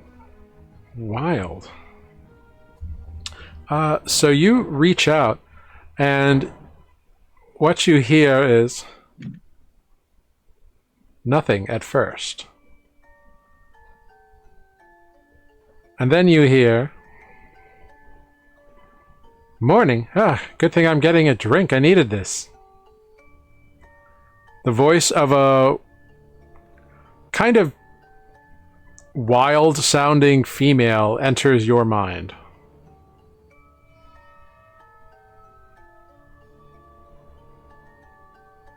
Little hair of the dog. Yes, I have heard that phrase. Did you know that we can't see you? Sounds like a you problem. Fair enough. Should we be able to see you? Do you want to be able to see me? Yes. Is it good to come back? Or no? I should still be off. Oh, I was kidding. Oh. Well, am I kidding? I don't know, Jared. Everyone else hears this. You're I'm fine. being like gaslit by Discord right now because I swear I typed into a channel somewhere that I was getting off and to tell me when to come back, and I can't find where I even typed that. Wah, wah, I wah. found it. I'm sorry. I didn't have that window open. Can you answer in that so I know which chat it's in? I'm lost. Hi. Okay. It's in character discussion. Oh, why? Why did I do that? So, Ozo, you say yes. And instantly, a female elf appears before you. Or a half-elf, rather. And she is very short and and you can like see through her body, and she has like a headdress with antlers on it, an amulet that has some sort of like nature theme going on, clothes of like browns and blues and greens. She's got a staff kind of resting against the bar somehow. And her armor appears, and she's got like armor like kind of under the stuff.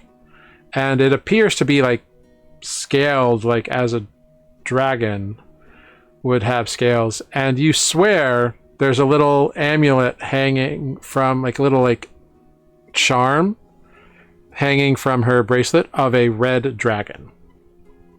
Like in the shape of a red dragon.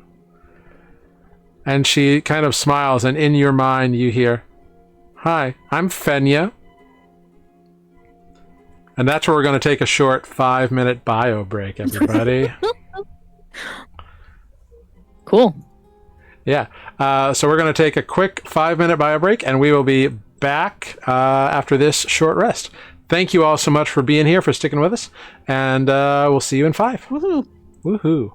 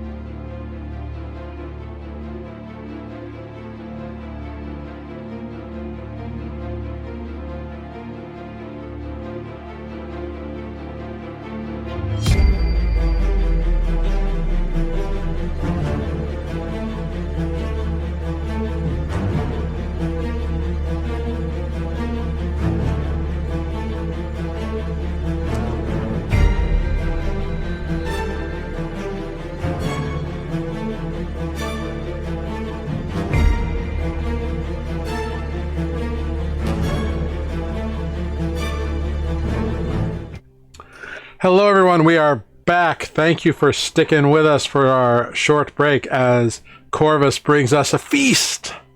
I was gonna say snacks. This is my dinner. Good for you. I'm I gonna love prepare it right in front of you while I play. Snack meal is best meal. Yay! that. Love it. Love cheese and crackers. It's the best. And little meat bits. That's exactly what it Today is. I put my cheese and meat bits on a pile of lettuce and called it a salad. Nice. Very nice. Occasionally I put my... Never mind.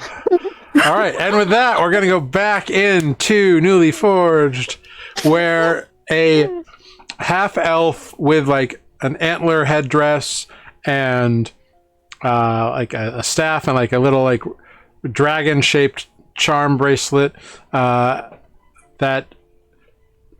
kind of has, like, a blue kind of glow about her, has appeared before Ozo and said her name is Fenya. And Ozo, you see this figure appear in front of you. Question 1. Does this look like one of the figures on that mausoleum thing we saw? It does. Great. Well, actually, I don't think Ozo saw that. I think only Corvus saw that. Did only And cover I for can't see this now. Oh, But that. I gave the names? Oh no, you're Question right. mark? Okay, sorry, I'm hallucinating. Back it up. Great. I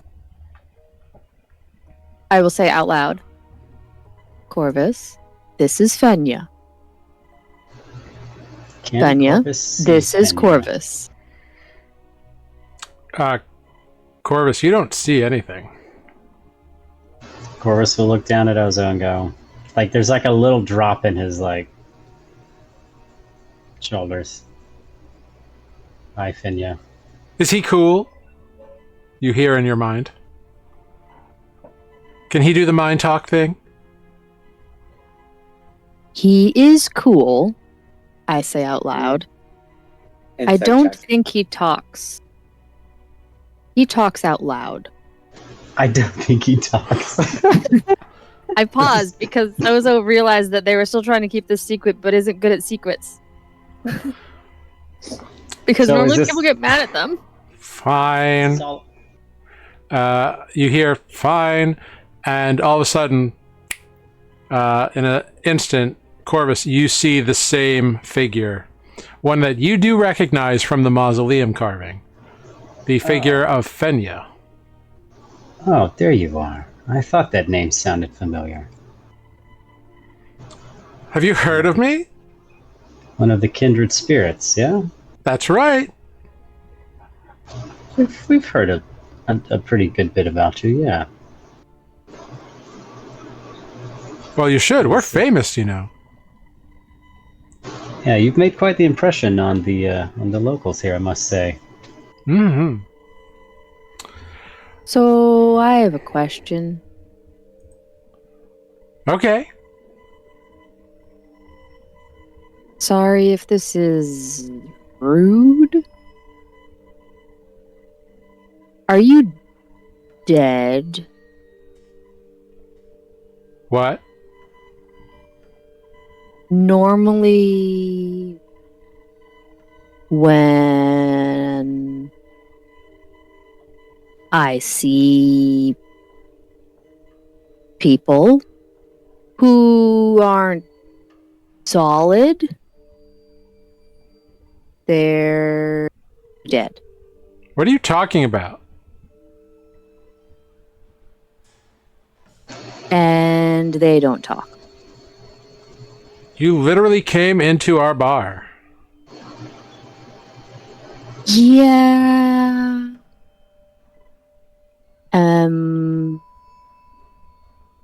You were supposed to be dead? No, that was Shim. Although I guess I did die once. But I came back from that. Looks better. Yeah, better. Fenya, I wasn't always a half-elf. Now I am. Go fig.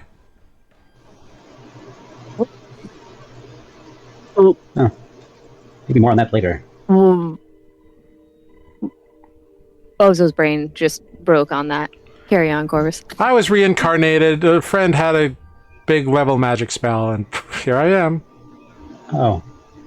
Finia, are we the only ones at the bar right now other than you?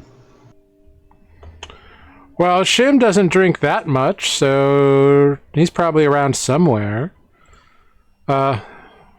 Lorne's probably up in his bed with his husband. Well, I guess they're not technically husbands, but they might as well be. Did we catch you after hours? Well, we had a late party last night, and Zorn parties pretty hard.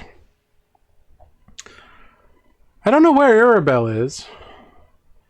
Uribel is normally around here.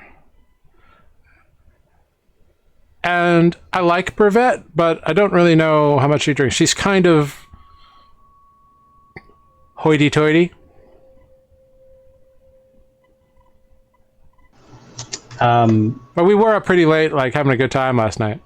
So, I'm gonna lean over to little hair of the dog, and she points to the glass. Ozo really is gone now. What? Oh, no, wait. Who disappeared? Oh, I clicked on Mike. That's why. Something that looked like You clicked somebody was on missing. Don't click on Mike. I didn't mean to. No offense, Mike. And taken.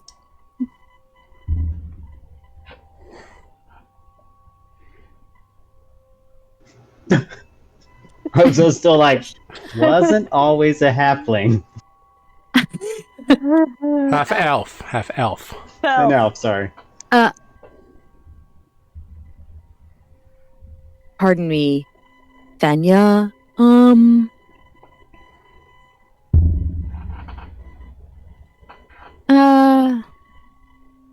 Are you okay? You look like you're having a stroke. Well, I have to say, I do sometimes see strange people, but this is new. I have a DM question. You've never seen a half elf before? I mean... No, I. Oh my god. Yo, Skylar Seymour, thank you so much for the raid of 17 people. Welcome in, Seymour. Welcome in, Skylar. Oh, hello again. Hello, Chaid. Infinite, thank you for coming in. Oh my gosh. So nice of you to show up. Thanks so much, Sky. Thank you. Wonderful.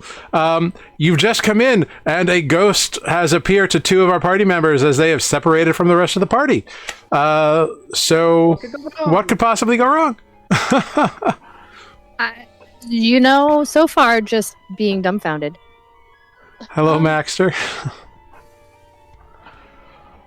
Well, let's say this. No offense.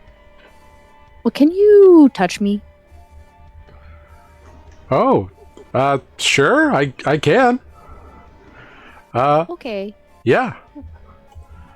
Okay. Yeah. She reaches out and touches you, and I need you to make a Constitution saving throw. Please That's don't disappear great. again. Oh my god, I can't read. Okay, there. Skylar, thank you so much for the raid. Have a good night. You're amazing.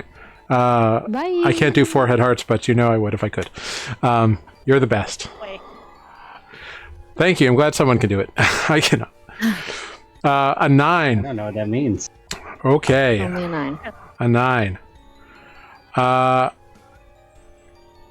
As Fenya reaches out and touches you, you take 13 points of necrotic damage as the life force of your body is drained out from where she touches you, and her form becomes a little more solid. And she's like, oh, I guess I am dead. But maybe I don't have to be for much longer now that you're here. Wait a minute. Well, And her eyes shift from that like normal eyes, and suddenly they begin to glow and burn. Seems bad. And we're going to cut away from this scene. Great. Good. Oh, cliffhanger. So we learned something new today. We did. Don't touch dead people. Only talk to them. Only talk to dead people.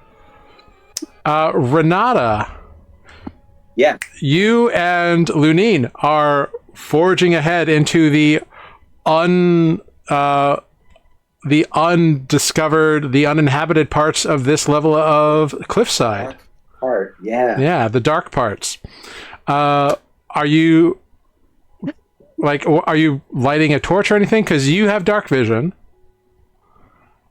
Mm-hmm. Lunine does not. You don't know.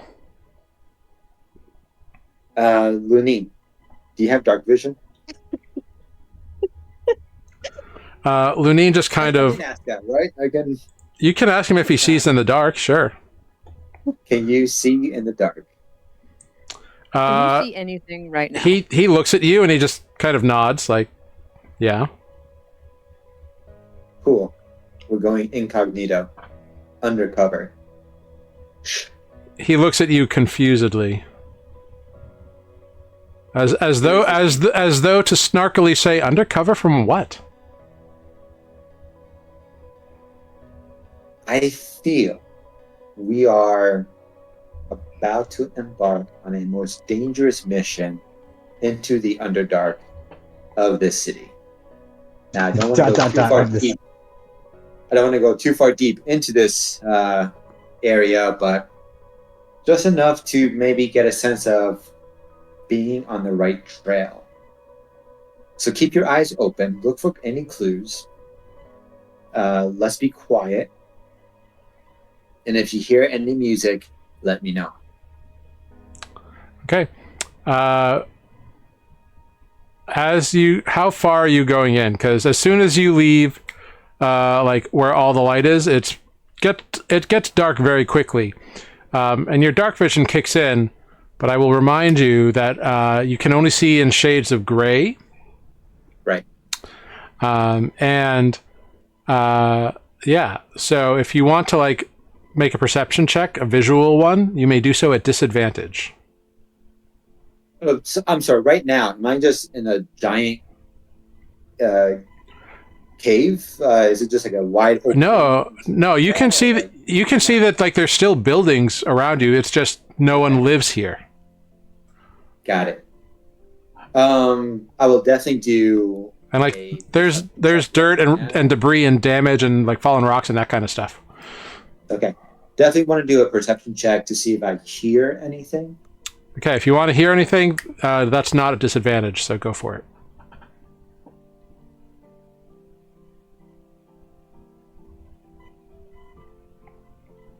$19.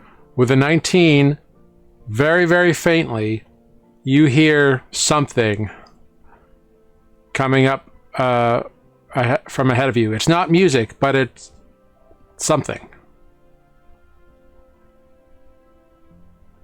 Not music, but it's something.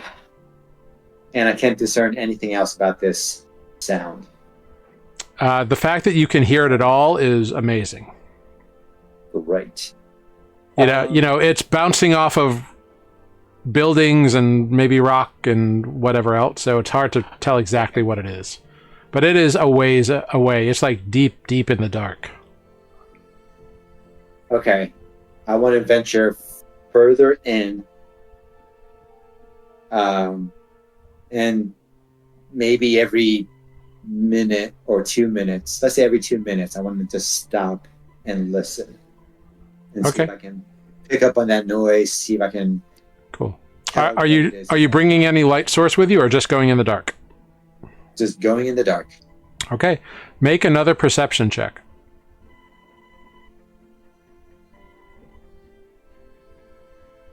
$21. After about 10 minutes of venturing further and deeper in, you begin to hear something. And at first it's like this cacophony of noise, and then what you hear is, you realize it's jingling of bells.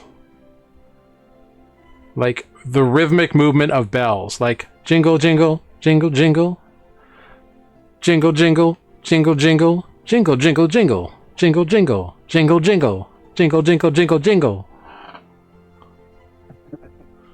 Okay. Yeah. Name that tune.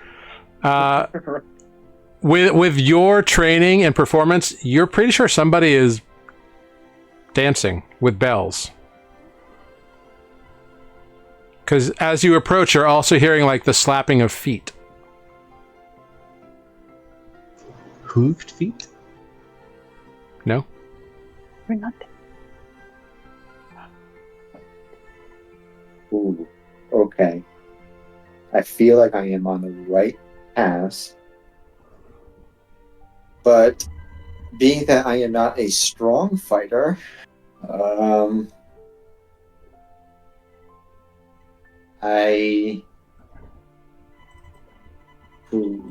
want to go further. What would Renata do?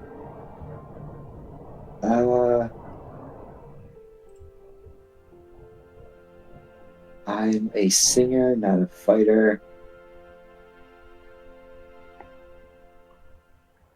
Lunine reaches out and puts a hand on your shoulder and looks you in the eye, like questioningly, like. Like, what are we doing?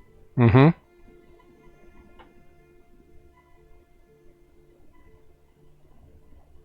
Okay. No, knowing from our battles and skirmishes on the boat on our way over to Cliffside, I know alone, Lunine and I will not be able to handle any sort of combat. And we worked well together as a group fighting. So I'll motion for him that we'll quietly walk back out. And once we're far away enough from this part of the city, I'll let him know what I've heard. Yeah. You head back in, and once you're back in the light, you can tell Lunine, and Lunine nods and confirms that he heard it too. Great. So I do feel like we're on the right trail. So I'm thinking we should go back to the ruddy plank, gather up the rest of our crew, and we'll go right back in quietly, find the source of that noise, which I'm guessing is Rennie Swiftcrest.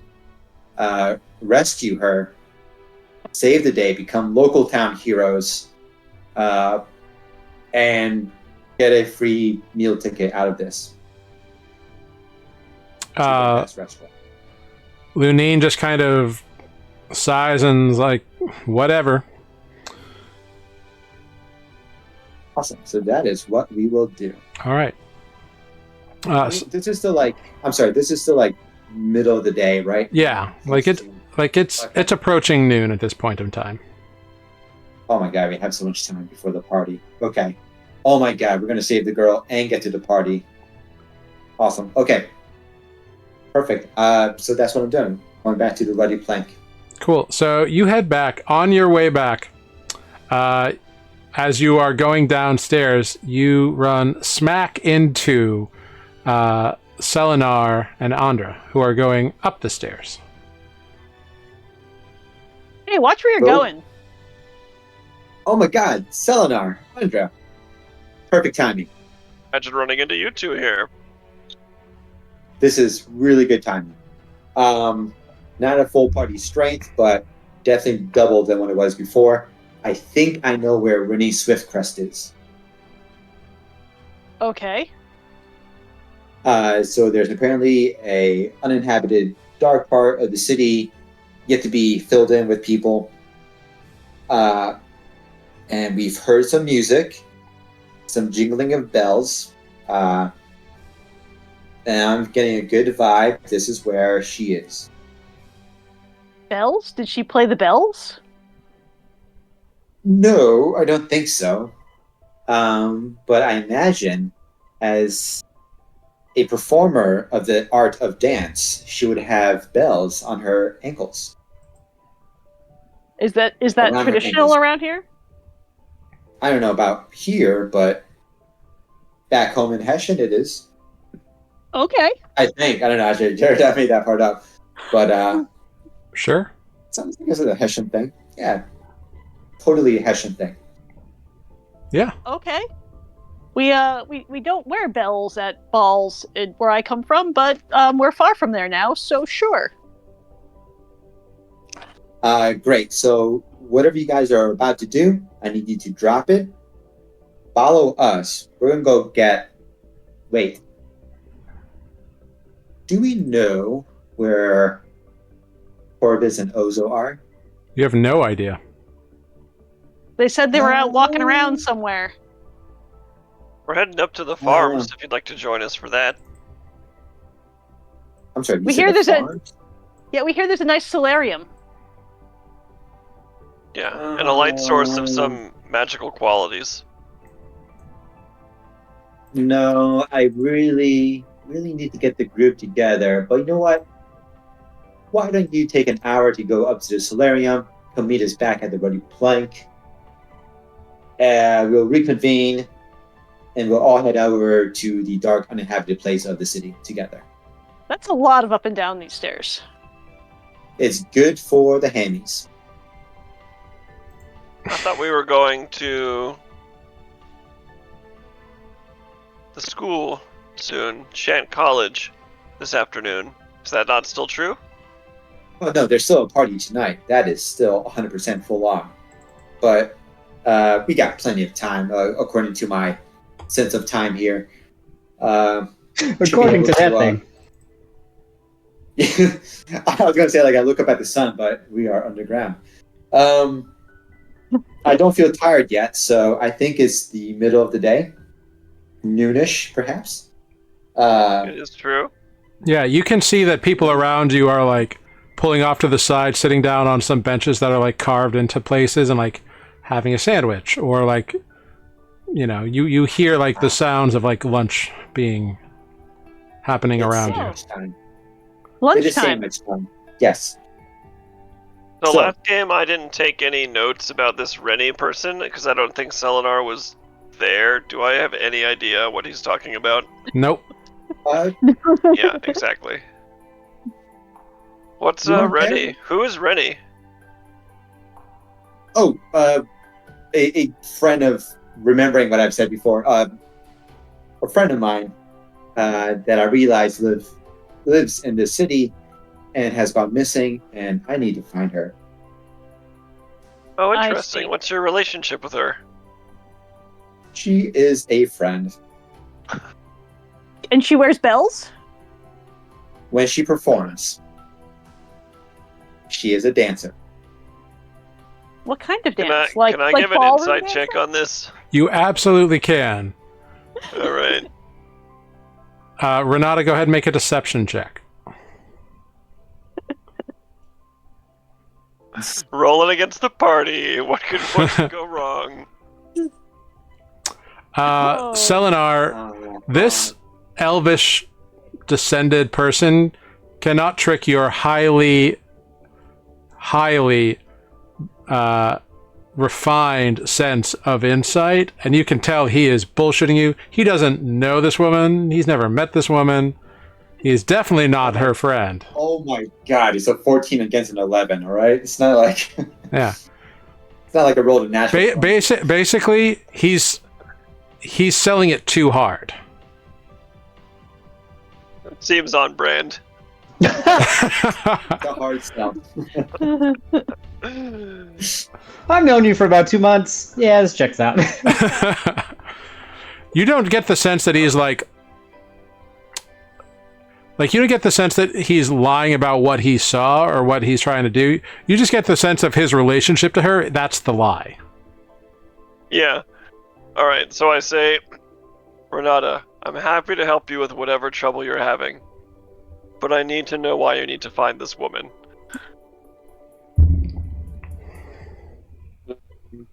Well, I do believe she will help my career. Oh. Andra is not impressed. I turn to Andra and I say, this is important to most people. I will I will help you, but I do want to see this farm before the party tonight. And I also need to find a lore master at the college too, so I think I could spare you an hour or two at most. Is it close to here? I mean, I'm going back down to the Ruddy Plank. Hopefully, Ozo and Corvus will be there. That is so far down the stairs from here. Do you have an address? What, to the Ruddy Plank, or no, to where Rizzo is. I don't know where they are. I'm hoping they'll be done with whatever they're doing. Well, I thought you said you heard. No, you. I'm saying we can meet you after you try to find Corvus. Oh yeah, just meet us back at the Ruddy Plank. Oh, never mind. I'm not there. But that's Where's so the far. thing, right? We're going up. It is. So I think, coming out of character for a moment, I think we're like an hour of walking away from the Ruddy Plank here. Is that true? Yeah, that's pretty close to accurate. Yeah. Yeah. So Selenar is totally disinterested in walking 2 hours round trip just to get back to where we are. A true New Yorker would be able to do this. No complaints. That is 8 tiers away. We are headed to the top. Okay. I see what you're saying. You guys have weak legs. Look, when you're done with the farm... My legs are a lot shorter than yours, buddy. I'm just asking, where can we meet you in 2 hours? That does not involve spending half the day walking up and down stairs. All right. I will describe to them a intersection somewhat... I will take this moment to remind Renata that you have Rinny's address. Like, you were given that on a piece of paper. Okay. Let's meet outside Rinny's place of residence. Okay. And I'll tell you the address, and I'll tell you how to get there from here. Is she far there? Is it from here? Should we knock on the door when we get there? She's not there. Just wait outside. But she might have come home. No. Trust me on this. She has not. You guys go do your thing. We will be there in 3 hours. I'm making up a number. I don't know if that's real. Yeah, you've never been up to the height, so it's hard to say. 3 hours will work. That'll give me time for a nice ham sandwich. Meet up with Corvus and Ozo. Take them back up the flight of stairs to Rinny's place of address, where we will meet you guys. Sounds great. We will see you later. Plans made. You re-split the party, and we're going to slam back to Corvus and Ozo. Can't stay together. Corvus and Ozo. Sorry, friends. Ozo, you have just been touched and drained of 13 points of necrotic damage. I need the two of you to go ahead and roll initiative. GTFO. I mean, yes. Just click your little tokens and roll some initiative for me. Oh boy. Oh, man. We've done it now. Indeed, Ooh. you have. That's not good. Oh no. How does that Learning happen? about ghosts every day. Oh no. Well, you were kind of shell-shocked, so... So Fenya takes advantage of the fact that you are both shocked by this turn of events and reaches out to touch Ozo a second time. That is an 18 to hit. Jesus. Yeah. You take 9 points of necrotic damage. Okay. And I need you to make a Constitution saving throw. That sounds like something I would fail at. Yep. Okay. So, last time you took 13 points of necrotic damage. what I forgot to tell you, and I apologize for this, your hit point maximum was also reduced by 13. Jesus Christ. And now your maximum hit point is reduced by another 9. Okay. So my max hit points are now 5. Yes. Holy Got it. crap. You guys better run the fuck out of there. And Fenya reaches out and you see the necrotic energies leaving Ozo and her form slowly filling in as her eyes begin blaring blue crazy fires in the night, casting crazy shadows. And she's like, oh, the guys are gonna get in on this. Hey everybody, we got food. That brings us to Corvus. Corvus runs. Okay. I'm just kidding. Running's a valid strategy. Running is a valid strategy. Man, I wish I was stronger than a -1 strength, otherwise I can maybe pick up a halfling. But Corvus might have... I don't know. Corvus is going to try to talk Fenya down, even though that's not going to work. But in the same time, he's going to reach in his backpack. And he's going to grab his small packet of pink dust.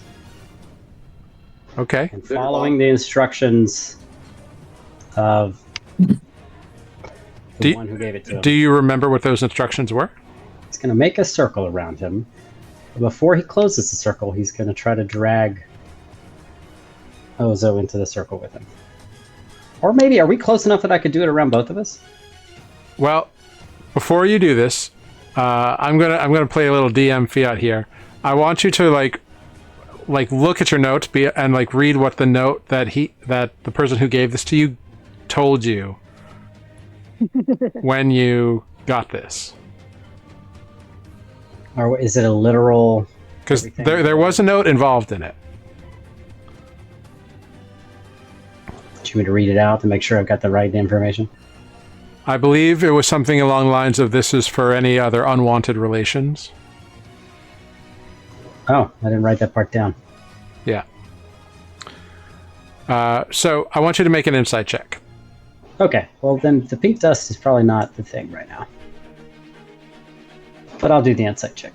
Yeah, make the insight check. Ooh, on a 21, I'm going to give you 2 things. First of all, you are confident that Fenya is in no state now that she's realized she can suck life out of people and make her feel better. She's not going to give that up. Yeah. And 2, actually I'm going to give you 3 things. 2, she obviously just called for reinforcements. And 3, you have a feeling she's not the kind of entity that you were told to use your dust on. Okay, I apparently didn't write down enough notes on the dust. Then I guess I'm gonna have to attempt to pick up Ozo so we can get out of here. I'm still up. It's fine. Oh yeah, you're right. You are still up. Sorry. Ozo is not grappled, is not restrained in any way. They've just been reached out and touched twice. Got They're it. looking All fuzzy. right. I'm gonna say, run for it, and I'm gonna go to the door. Do I need a bonus action disengage? Am I that close? I must be. No, you're a little farther back.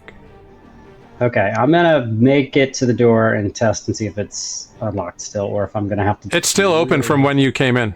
All right, I'm gonna throw it open, and I'm gonna be like, "Come on, Ozo!" All right, you go out the door. You can easily cover that movement with your action and bonus action dash. I'm not gonna get far enough that I break line of sight. I'm not leaving Ozo behind. I'm opening the door and. But you're leaving you're leaving the structure. I'm holding the door open for Ozo to come out. I'm not gonna leave without Cool. Ozo. So you can use your bonus action to dash if you want to get to the door. Object interaction opens the door, and you can hold your action to dash out when Ozo does. That'd be amazing. Cool. Ozo, we go to you. Excellent. Darn. That's not And then I'm going to do Step of the Wind. Okay. Yeah. Yeah. I should, and I run away. Yeah.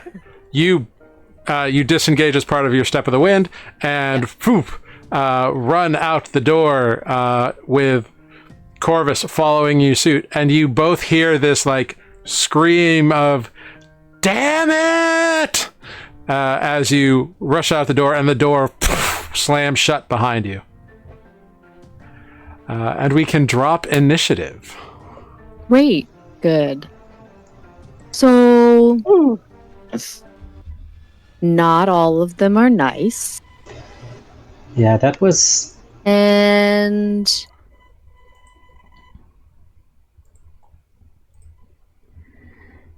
why are they still there? You know, maybe that old woman was onto something. How are you feeling, by the way? Oh. Just rub it in. That didn't look very... Yeah.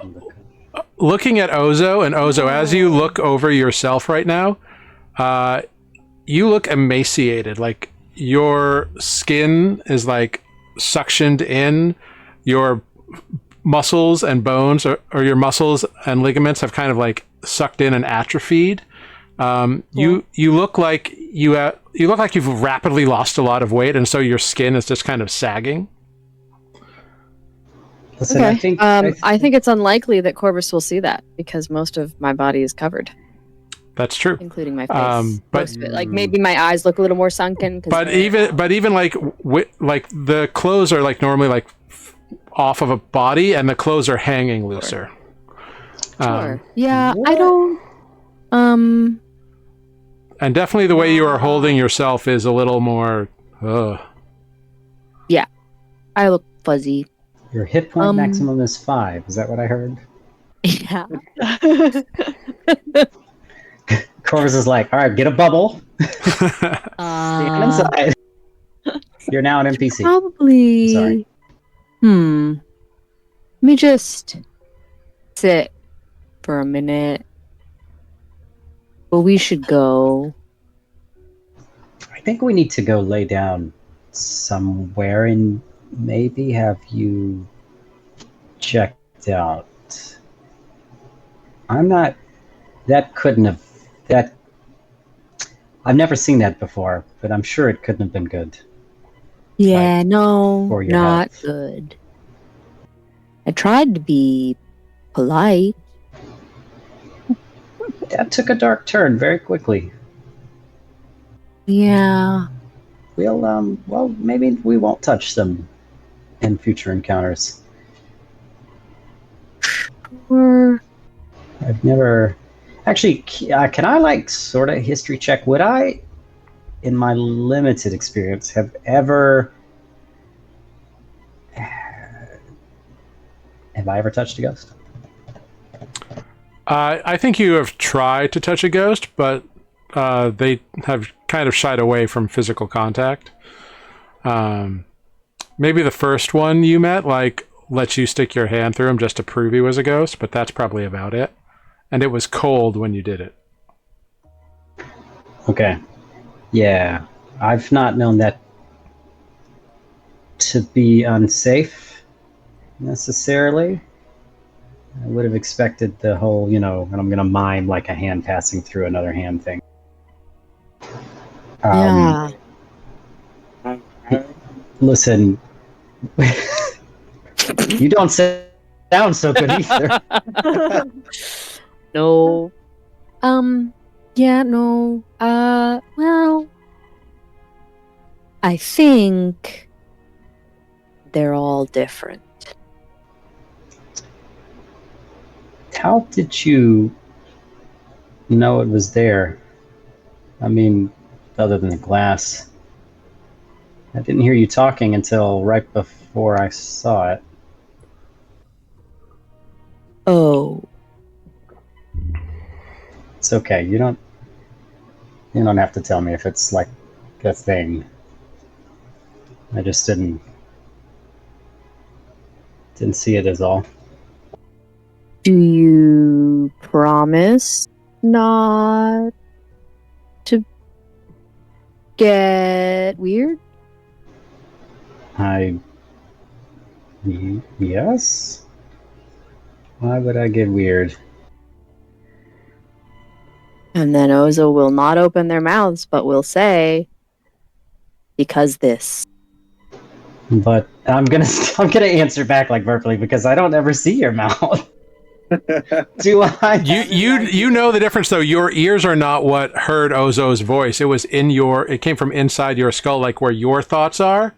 Okay. That's where Ozo's voice was. I'm gonna say because. Well, wait. Do that again. Because this.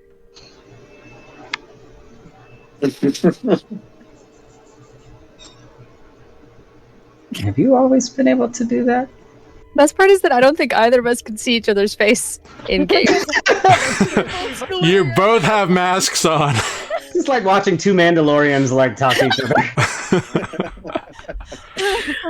Yeah.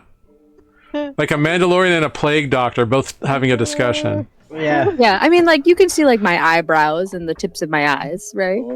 Oh, fair. I guess you could like see my eyes. Yeah, pupils would like be like. Oh my gosh. So I'd go, will you chill? Is that in my head? Yes. Well,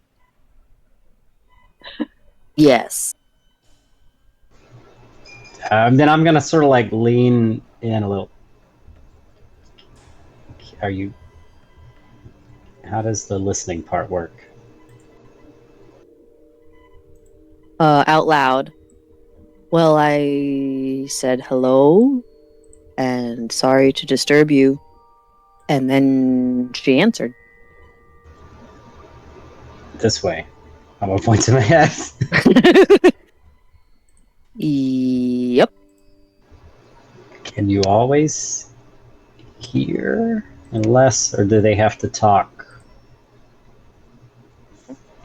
I will First. say, without opening my mouth, I don't know. Can you hear this? And then I'm gonna think of something mundane like bird. That's the first thing that came to my mind. Like the How sound of does one hear bird? the sounds of seagulls, or I'm like imagining the sound of seagulls or something, and then I'm gonna be like, oh, maybe the pictures don't work. I don't know why that I went to pictures. Okay, wait, and then I'm gonna think that I'm saying hello to Ozo. But like I'm not saying it. You hear it, Ozo. Actually, no, you don't hear it. Okay, I was about to say, I'm kinetic too. No, I misread the verbiage of the ability. It's not you can communicate telepathically; it's you can speak. So Ozo, you can speak into his brain, but Corvus, you get nothing back. And me trying did to you speak. do something? Yeah, I just said hello. Well, I guess that rules out any secret powers I have. Dang.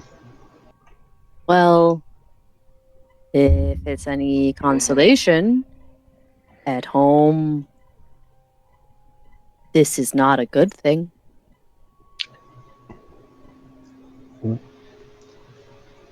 Listen, let's walk and talk because we need to get you somewhere to lie down. But as we like move, I'm gonna say like, why isn't it a good thing? I mean, It's a different thing. do people not? It's an old thing. Oh, it's not It's a a- trust thing. Mysterious thing. People afraid. Oh, yeah.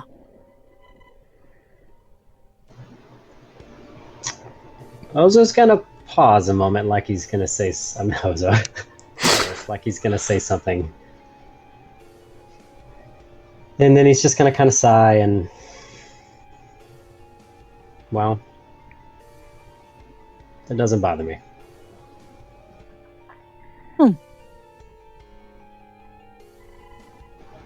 That's it. That's all I was going to say back. So where do you head? I think we made some real progress with the roleplay today. Right? Suddenly. And then we I realized both think, our characters are awkward and secretive. yeah. I was just going to be following Corvus more or less, but I assume we're going back to the inn. Is that where you're going to go? Yeah, I'm just walking there. I don't know where else to go, and Okay, cool. I'm not a doctor. You head on back to the Ruddy Plank. Not a doctor. Oh, hey, by the way, is the old lady still out there? No, she's gone. I do want to talk to her. Like, I might mention that. Like, I have questions for that ancient woman. Yeah, no, she's gone.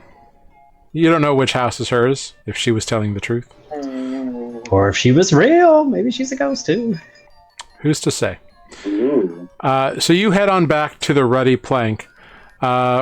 Renata, you and Lunine have been here for a moment, kind of like, well, where are these guys? And after about half an hour, Corvus enters in the main door of the tavern, kind of helping Ozo in a way. Like, you can't really, you don't know Ozo that well, but like, it's weird that Corvus is helping them as they enter.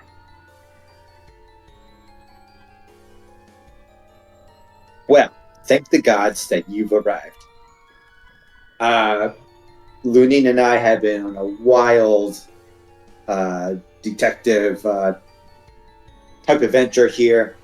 I think I know where Rennie Swiftcrest is.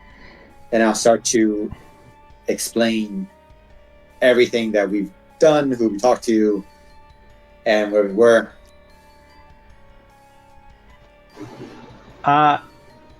Wait, what did you say about...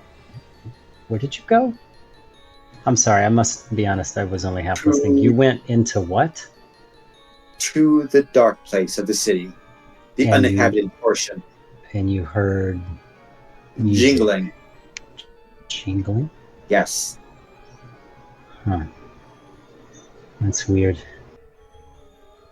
Weird, but it's a clue. What part of town was this? The uninhabited part of town. Yeah, but what, what? I'm sorry. That kind DM? of like point to the direction, like up Yeah, there. like, see up through the floor. So you were in the Spray Catch district. Okay. So if he describes that, is it anywhere near where the cemetery was? Well, it was also in the Spray Catch district, which District. that's multiple tiers, and so it was the same district. Okay. And through your exploring, Corvus, you would know that pretty much every level of the city has unexplored, uninhabited parts in the way back of the cavern. Gotcha. Okay. It's less about this specific. Okay. Okay. Hold that thought. They need to rest. I'll be right back down. Ozo, I think you should lay down. I mean, do what you want, but can I get you some food? Oh, I'll just be here. Okay. Is Ozo okay? Oh, I'm fine. Great.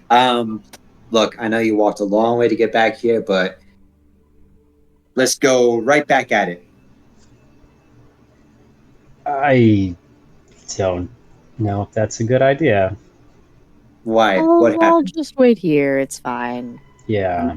No, I need your muscle, and I guess your muscle too, Corvus. Yeah. I can go. Yeah, both of you. Well, First of all, something's up here. What happened? I'm just gonna kind of like... Why are you guys being so weird? I'm not a rat, I think, to myself. I'm not gonna say anything if Oza doesn't want to share. Renata, you've picked up that there's some weird vibe going on. Make an insight check. No, absolutely. But if I remember correctly, you guys did say where you were going, right? You said we were exploring. It wasn't until we were exploring. I had like a list. I was gonna like. It's a 6. I only care about what I want right now. Yeah, you know something's weird, but you don't know why they're not jumping at your chance to do something. Listen, I will go with you, and I have something to tell you on the way. It might be relevant. Ozo, I'm gonna look at Ozo when I say I think you should rest tonight. Yes. Night? Wait, hold on. All right.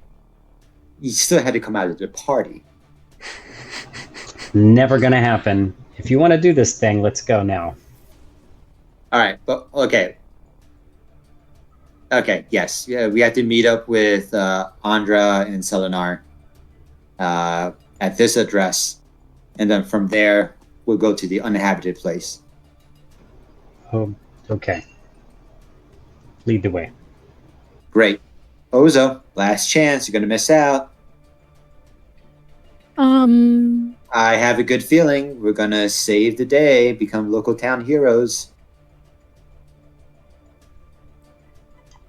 Heroes are not always who you think they are.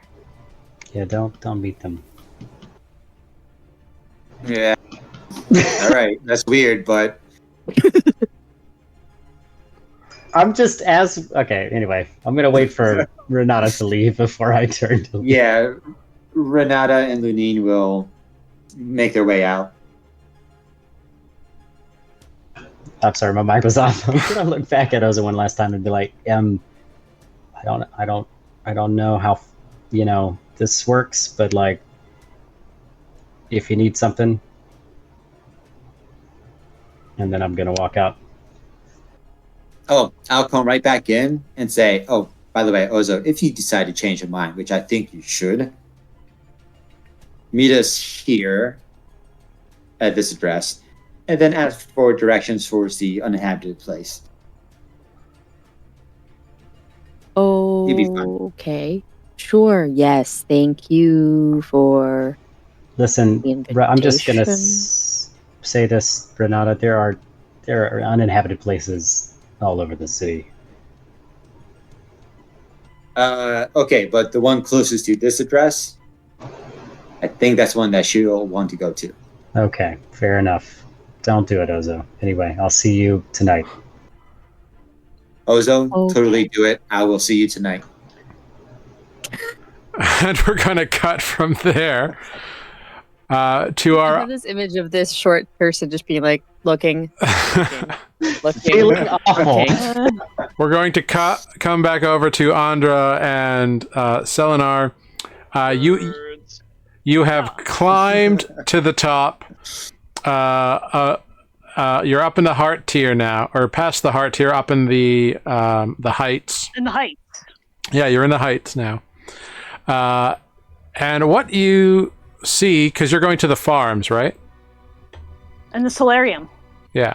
Yes. So on your way up to the heights, which are the top 5 tiers, even though like some of the tiers are the first like 2 tiers are marked as the heights tier, you go. You have to like you can't get off at this level. Like there's like something blocking it. So you go up until you get to the top, and you realize why. It seems like from up here, there is a massive crater. Like you can see it. It's probably like a mile across, or more even. And then like the full breadth of this cavern, it's like all collapsed in, and it's been filled in with like topsoil and dirt and whatever. And you can see many different farms are like up here, and people are working these farms and running. Like a big bowl. Yeah, that's been like filled in. It's like the first 2 tiers had like collapsed in, and so they filled it in with arable soil. Are we still underground? or You are is there you a are still sky? you are still underground. Is There- it dark still? So there's light coming in from the scar still. Okay.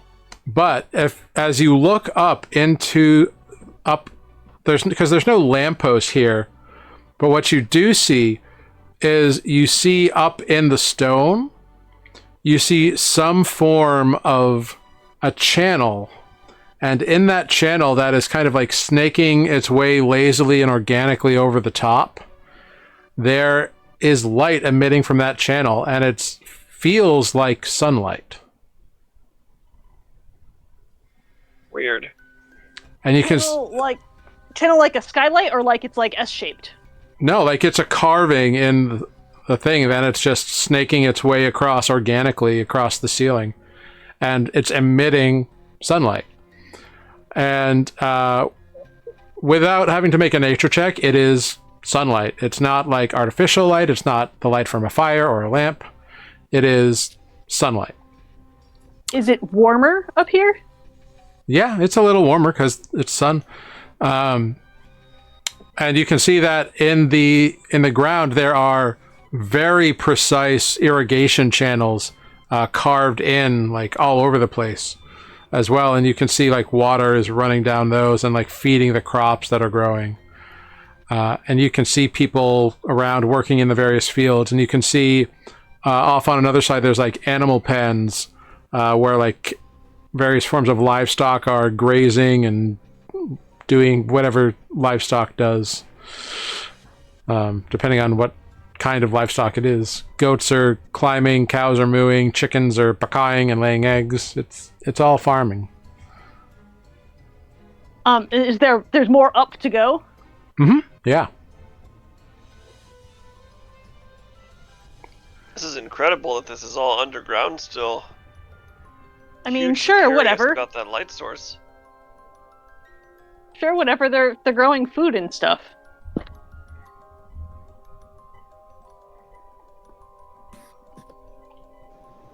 Unimpressed with the agriculture. Agriculture. Kind of interested in this light. I think we should go up more and see where the light comes from. There's more up to go.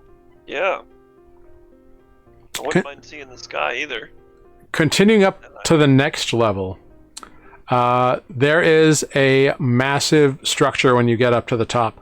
It is not necessarily tall, but it is wide and deep, and it takes up a good chunk of the immediate area right by the scar, which is unusual because most of the buildings are kind of set back from the scar. But this is like almost right up in it.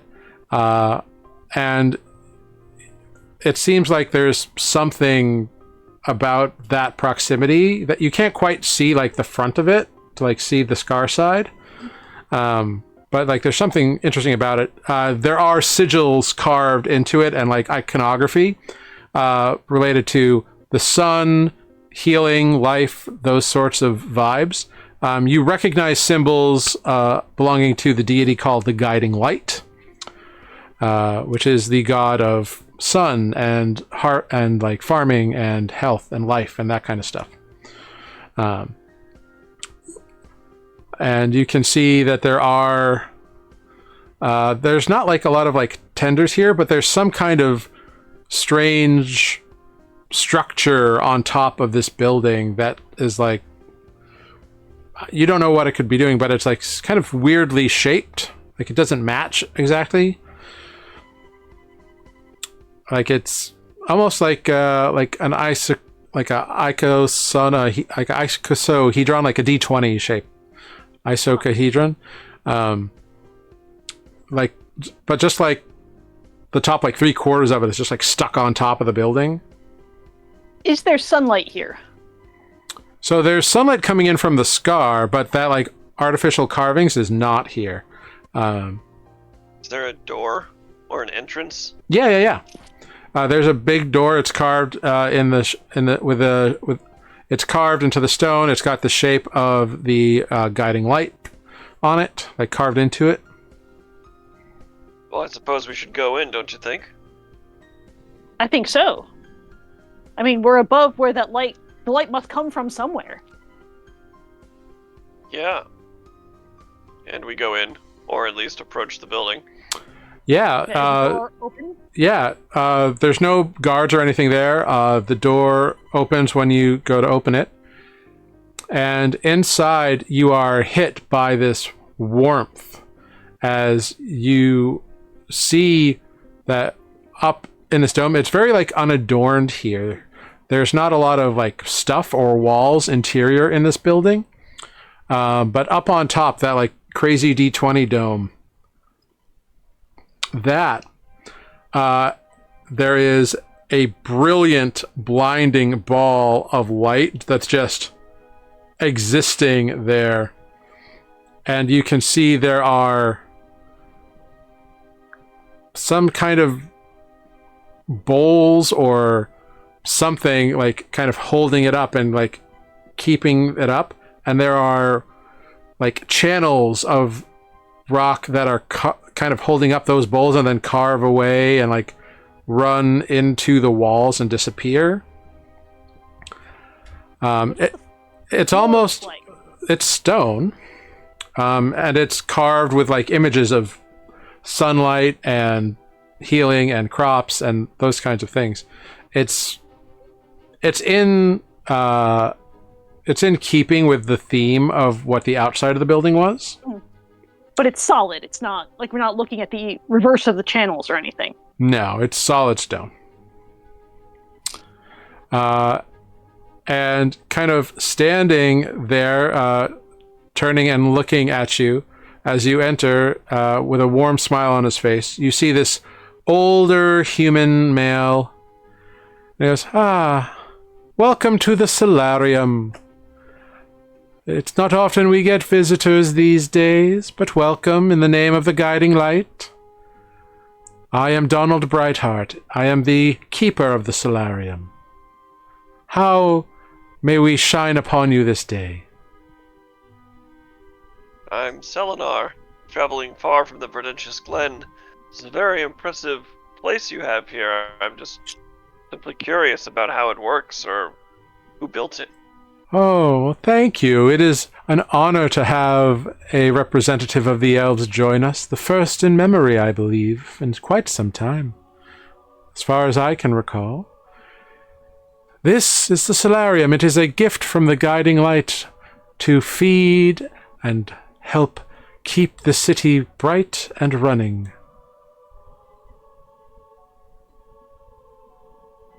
How does it work? The guiding light has gifted it to us, and so it provides the light needed to grow the crops below. Like you said, you're the keeper. Do you Yes. have to do anything to like tend it, or? I oversee it, make sure nobody does anything. I offer up prayers to the guiding light, offer gratefulness for the entire city. It is my duty, my honor, and my true passion to be here and express our gratitude for our continued survival to the might and beneficence of the guiding light. He who shines over all of our paths and keeps us from darkness and starvation.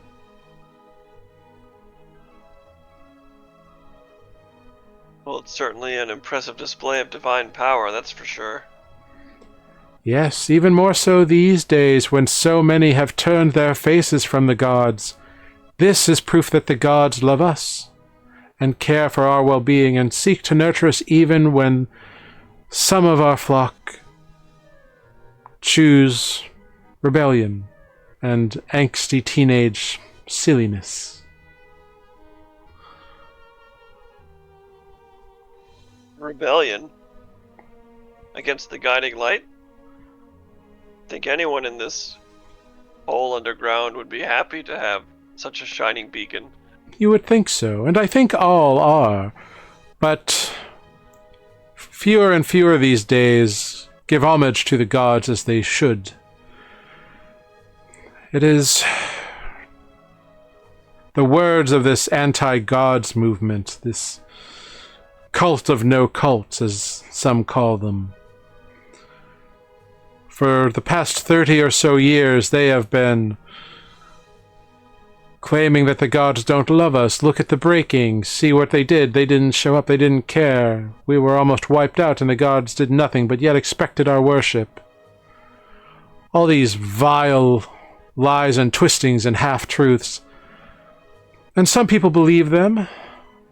I admit they are often very charming people who are making these persuasive arguments. But I know they are wrong. The gods care. The gods need us as we need them. The gods love us as they always have, and they will not go quietly into oblivion because of a few ill-meaning sycophants. Like, what do they need you to do? Do you feed it, or like No. cast spells on it, or No. you just sit here and think at it? I pray to it, and I tend it as needed. It doesn't ask for much. It exists. What other proof do you need? A true mind grasping the brilliance of the cosmos. Simply the power of the river and the woods. We think much the same way on the other side of the world. The river and the woods are part of the solar cycle. The river houses life grown by the sun. The woods also grow from the light of the guiding light, enjoying the warmth and the vital energies they need to thrive. The guiding light shines everywhere and guides us in the dark. All. Land is with us even at night. Does it Yes. ever go dark? Is there night up here? Oh, Or is yes. it ever present? Oh, yes, for it would not be useful if it was only ever lit. It falls, but not in the same pattern as outside. For 2 days, the solarium emits healthy, growing light. And for 1 day, it lies dark. So, like, will it be dark tomorrow? In 2 days' time, So today's the first day of light. yes. Cool. As a result, the plants and crops down below grow quicker. Ah. I mean, I'm sure that's important and stuff. It is most helpful when feeding a city that is constantly expanding. But the guiding light has given us the means to feed our people. Through his beneficence does Cliffside thrive.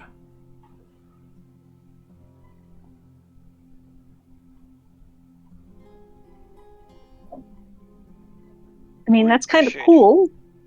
Are the channels that hold the thing up, like, do they go all the way to the ground? Yeah, like they're the thing that's holding the sun, essentially. Mm-hmm. They're on the ground, like they're not up in the sky. Like, can I walk up to one of the channels and look at it? No, there's no channels here. Okay.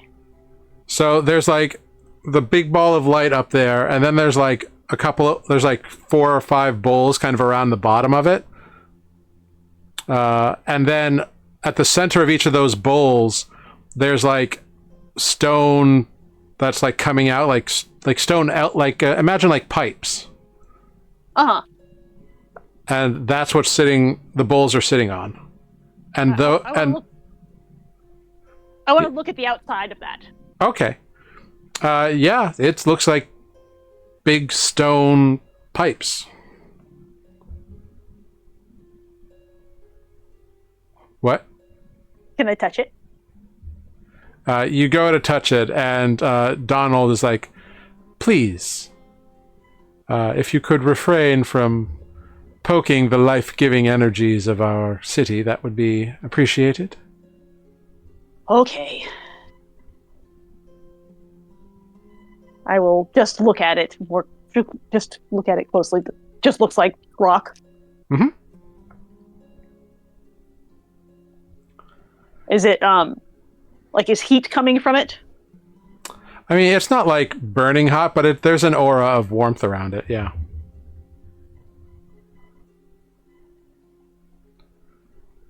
These gifts from the guiding light keep us happy, fed. How any could doubt the guiding light's influence and heart to the rest of the world is beyond my understanding. When such magnificence of this exists here, in the heart of where we dwell.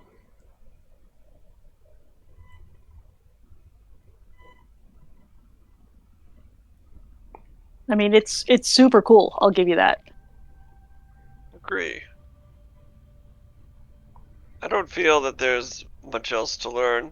We'd like to continue our tour, but I appreciate the hospitality. Of course. Enjoy your journeys through Cliffside. You are always welcome to revisit the solarium.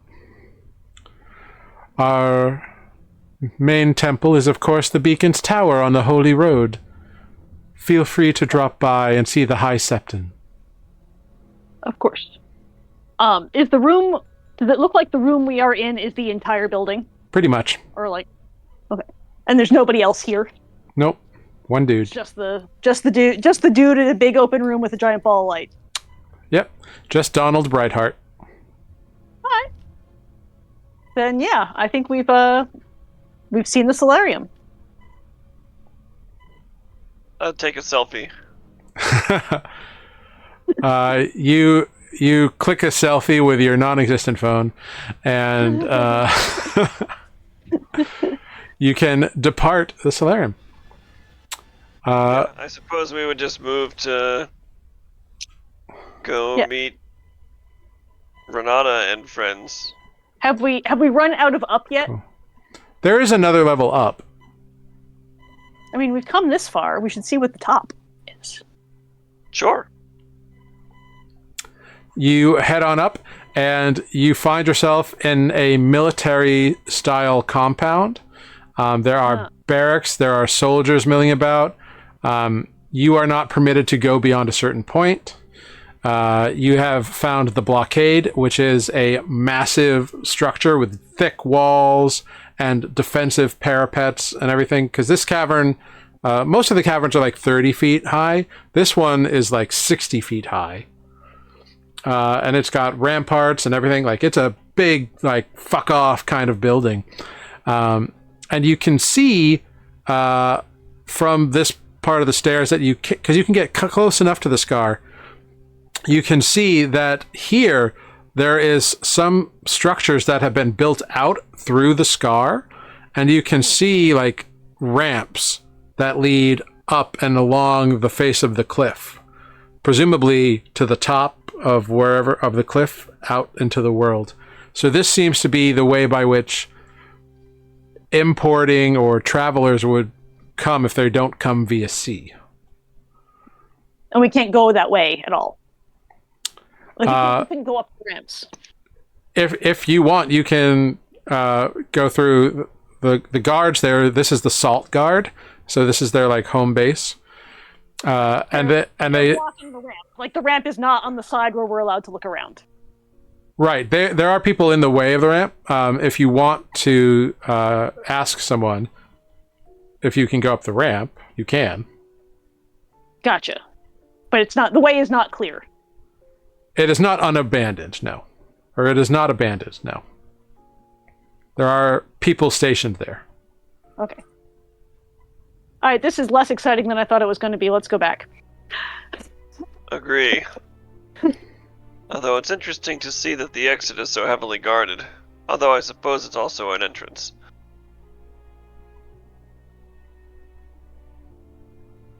Turn around and go back down to where we said we would to Rinny's house. All right, everyone but Ozo reunites at the address of Rinny, and you all see that you are all here except for Ozo.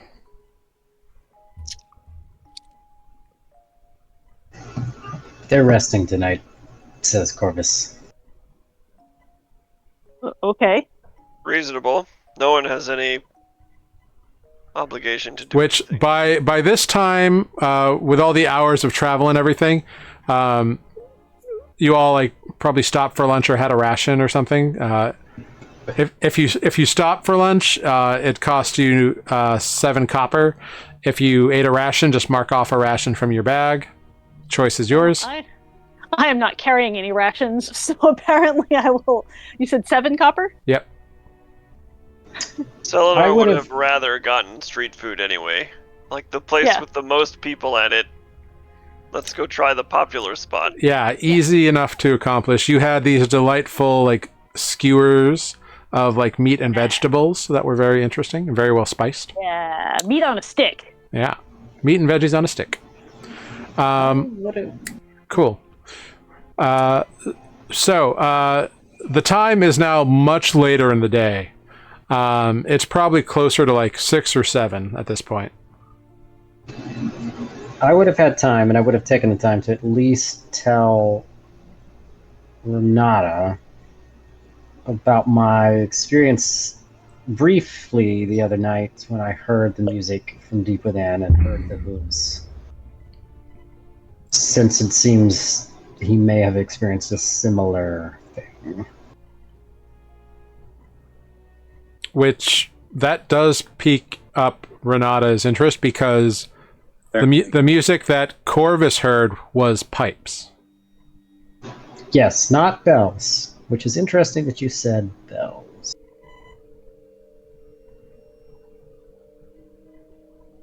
I'm sure it will all come together.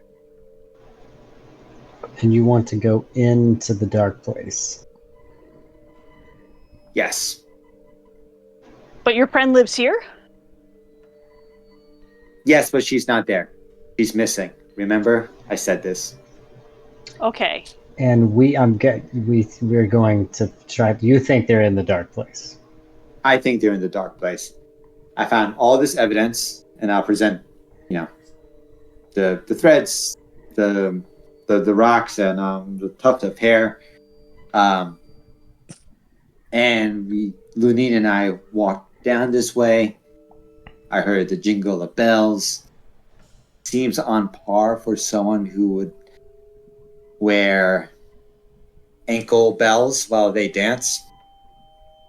But what is this fur from? Is your friend? Oh, I don't know, but furry? no, definitely no. And you see Renato kind of pause after saying that. It's like, yeah, I don't think so. No.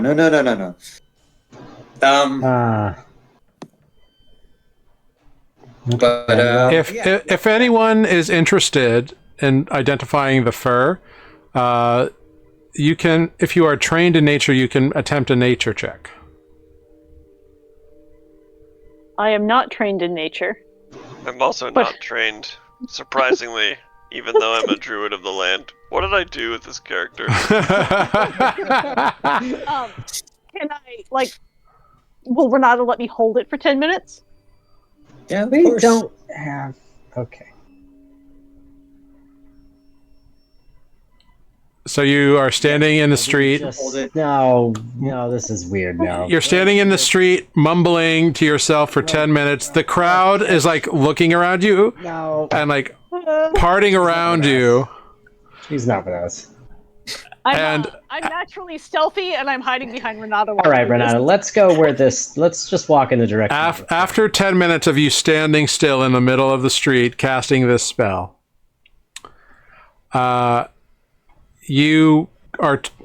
the spell informs you, or you learn, or however you feel this information comes to you, that this is the fur from a fey entity known as a satyr. That might explain the hooves. That would certainly explain the connection. hooves. Well, the only one who knows that at the moment is Andra. Right.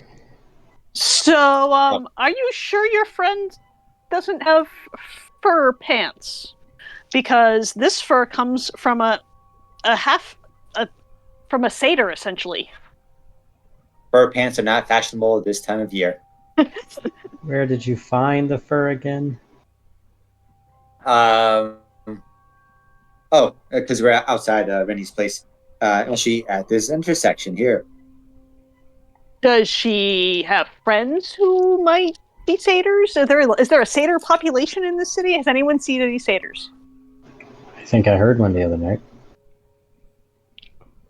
None of you have ever seen a satyr in your life, and few of you know what they are.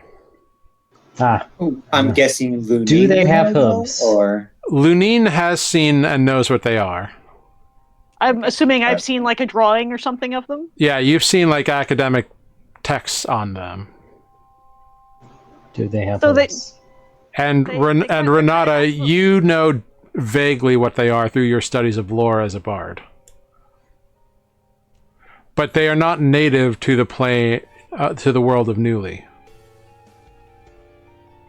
Like, they live in the Fey realm. Right. Which is fake news. Huh? I'm just kidding. No, Lunine came from there. He told us this. Sure he did. He's just a weirdo that dresses funny. I mean, he's that too. Wow, harsh. He's not here, so I'm just having some fun. Did anyone answer the hoof question? Yes, they have hooves. Oh, okay. They're like goats. How many hoofs? How many legs? 2? Did you say 3? no, Is it 2. Yeah, well, that kind of sounds like what I think I heard run past me the other night. all right. So if you guys just follow me, I'll lead you to where I think Rennie and the satyr are. But get ready. You heard a satyr now. Well, now that we're talking and it's all clicking together, yes. I mean, I didn't hear the satyr, but I heard Are the they jingling of dangerous? I mean, I don't know. Are people dangerous? bells. That's deep. Let's talk about this on our way over there. All right. Renata, make a wisdom check for me, if you'd be so kind. Wisdom check. I'm going to cast Mage Armor on myself as we walk into this place. How long does that last? Oh, well, we've got a little ways to go. 8 hours. Oh, That's pretty good. all right, the first one, natural 1. Why is it calling you defect? Are you rolling off Renata's character? Yeah, it says Renata right here. Weird. Interesting. Interesting. Where does it say defect? On your roll. On the Oh. it's just weird. That is weird. Oh no, it is Renata- defect. Weird. Anyway, Have all your rolls been defect tonight? I've been rolling Wisdom as defect. That'll go well. Is it the same as Of all the Renata? things for you. yeah, everything you've done tonight has been as defect. Oh, You're such a nerd. I was like, man, I thought my deception was higher, but Yeah, and you the should have fact that some we weren't charisma. doing any battle. it's a shame you didn't roll any strength checks today. Regardless, with a natural 1, Oh no! With a natural 1, Renata, Yes. a choice lies before you. Venture into the dark for unknown hours. And maybe save this dancer. Or make a killer entrance at this party. Because... Oh my god. Yeah. Because if you go save this girl, you will miss the party. Oh no! Uh-oh. And with that, we're going to end tonight's session of Nuuli Forged. You have 2 weeks to think about it. Speaking of the deep question, Do you give up the party? Dun dun dun. You're going to have to figure that one out. Yeah, 2 weeks to think about it. Well, yes. Well, thank you, everyone who came in. Thank you so much for being here. Thank you, Yo Skylar Seymour Sky. Thank you for the raid. If you have not, or you do not know Sky, they were kind enough to join us on our Lego-themed one-shot with Matt and Sarah. So you can check that out on our YouTube channel, and you should check out Sky on all of their social media. They're fantastic. Love them to death. Thank you, Taco San Mashu, for checking in late this evening. Hope you have time to watch it back on YouTube. It was kind of a fun session. I've got it, as always. Thank you for being here and modding and kicking out those spam bots. Marin, McCaster, Infinite, and Shaid, thank you so much for saying hi after the raid. Much appreciated. All of that. And now let's go around and say our goodbyes. I figured out who we are going to raid into. Let's start with our beloved coast druid who knows nothing about nature, Renata, or Selenar. It's true, I don't know anything about nature. Hello. How much does Defect know? This is still my first. Defect, who I think was trained in nature, actually. Whatever. I'll make more mistakes next week. Or in 2 weeks, I guess. Yes, we will not be on next week. So the 15th, we will be off. We will be back on the 22nd at 7 p.m., though. You can make mistakes on your own time next week, though, if you'd like. Oh, I have You're no allowed. doubt. you just have to tell us. I'll report back. You will. Teo noticed me rolling all of these during the game. Oh. Oh, hang tapes. Great. Next up, we've got Renata. Hey guys, thanks for watching. Catch us in 2 weeks where I make the fun decision of probably making a killer entrance. But let me think on that. Okay. Next up, That's it. we got Ozo. Hello. Good evening. I played Ozo, and my name is Amber, and this is Nuuli Forged. Are you Great. having a nice nap? Thanks. Yeah, Ozo's having a great nap. Wonderful. Thank you so much. Corvus, we're over to you. I am Matt. I've been playing Corvus. I definitely will not be at the party. And yeah, that's it. He's going to go brood somewhere, I'm sure. And Andra. Hey, my name is Sarah. I have been Andra. We are Nuuli Forged. We have a YouTube channel. You can catch up on the previous 9 episodes and our one-shot with Skylar and our first campaign, all on our YouTube channel. NUULIFORGED. We are Nuuli Forged, and yeah, we're on YouTube, and we're also on like social media things, and you can follow us there and in all kinds of places. Wonderful. Thank you so much. And I am Jared, your humble dungeon master here on Nuuli Forged. We're gonna raid Quest Keep this evening. They're doing a special Halloween hag themed one shot over there. Oh wait, no, I guess we're not gonna raid them. I lied. Da-ba-da. Just kidding. Just kidding. Sorry, I thought they were there, but they're not there. So, okay. Instead, we're going to go ahead and we're going to raid Captain Robert. They're playing some D&D over there.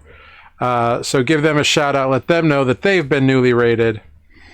And we will see you all in 2 weeks on October 22nd at 7 p.m.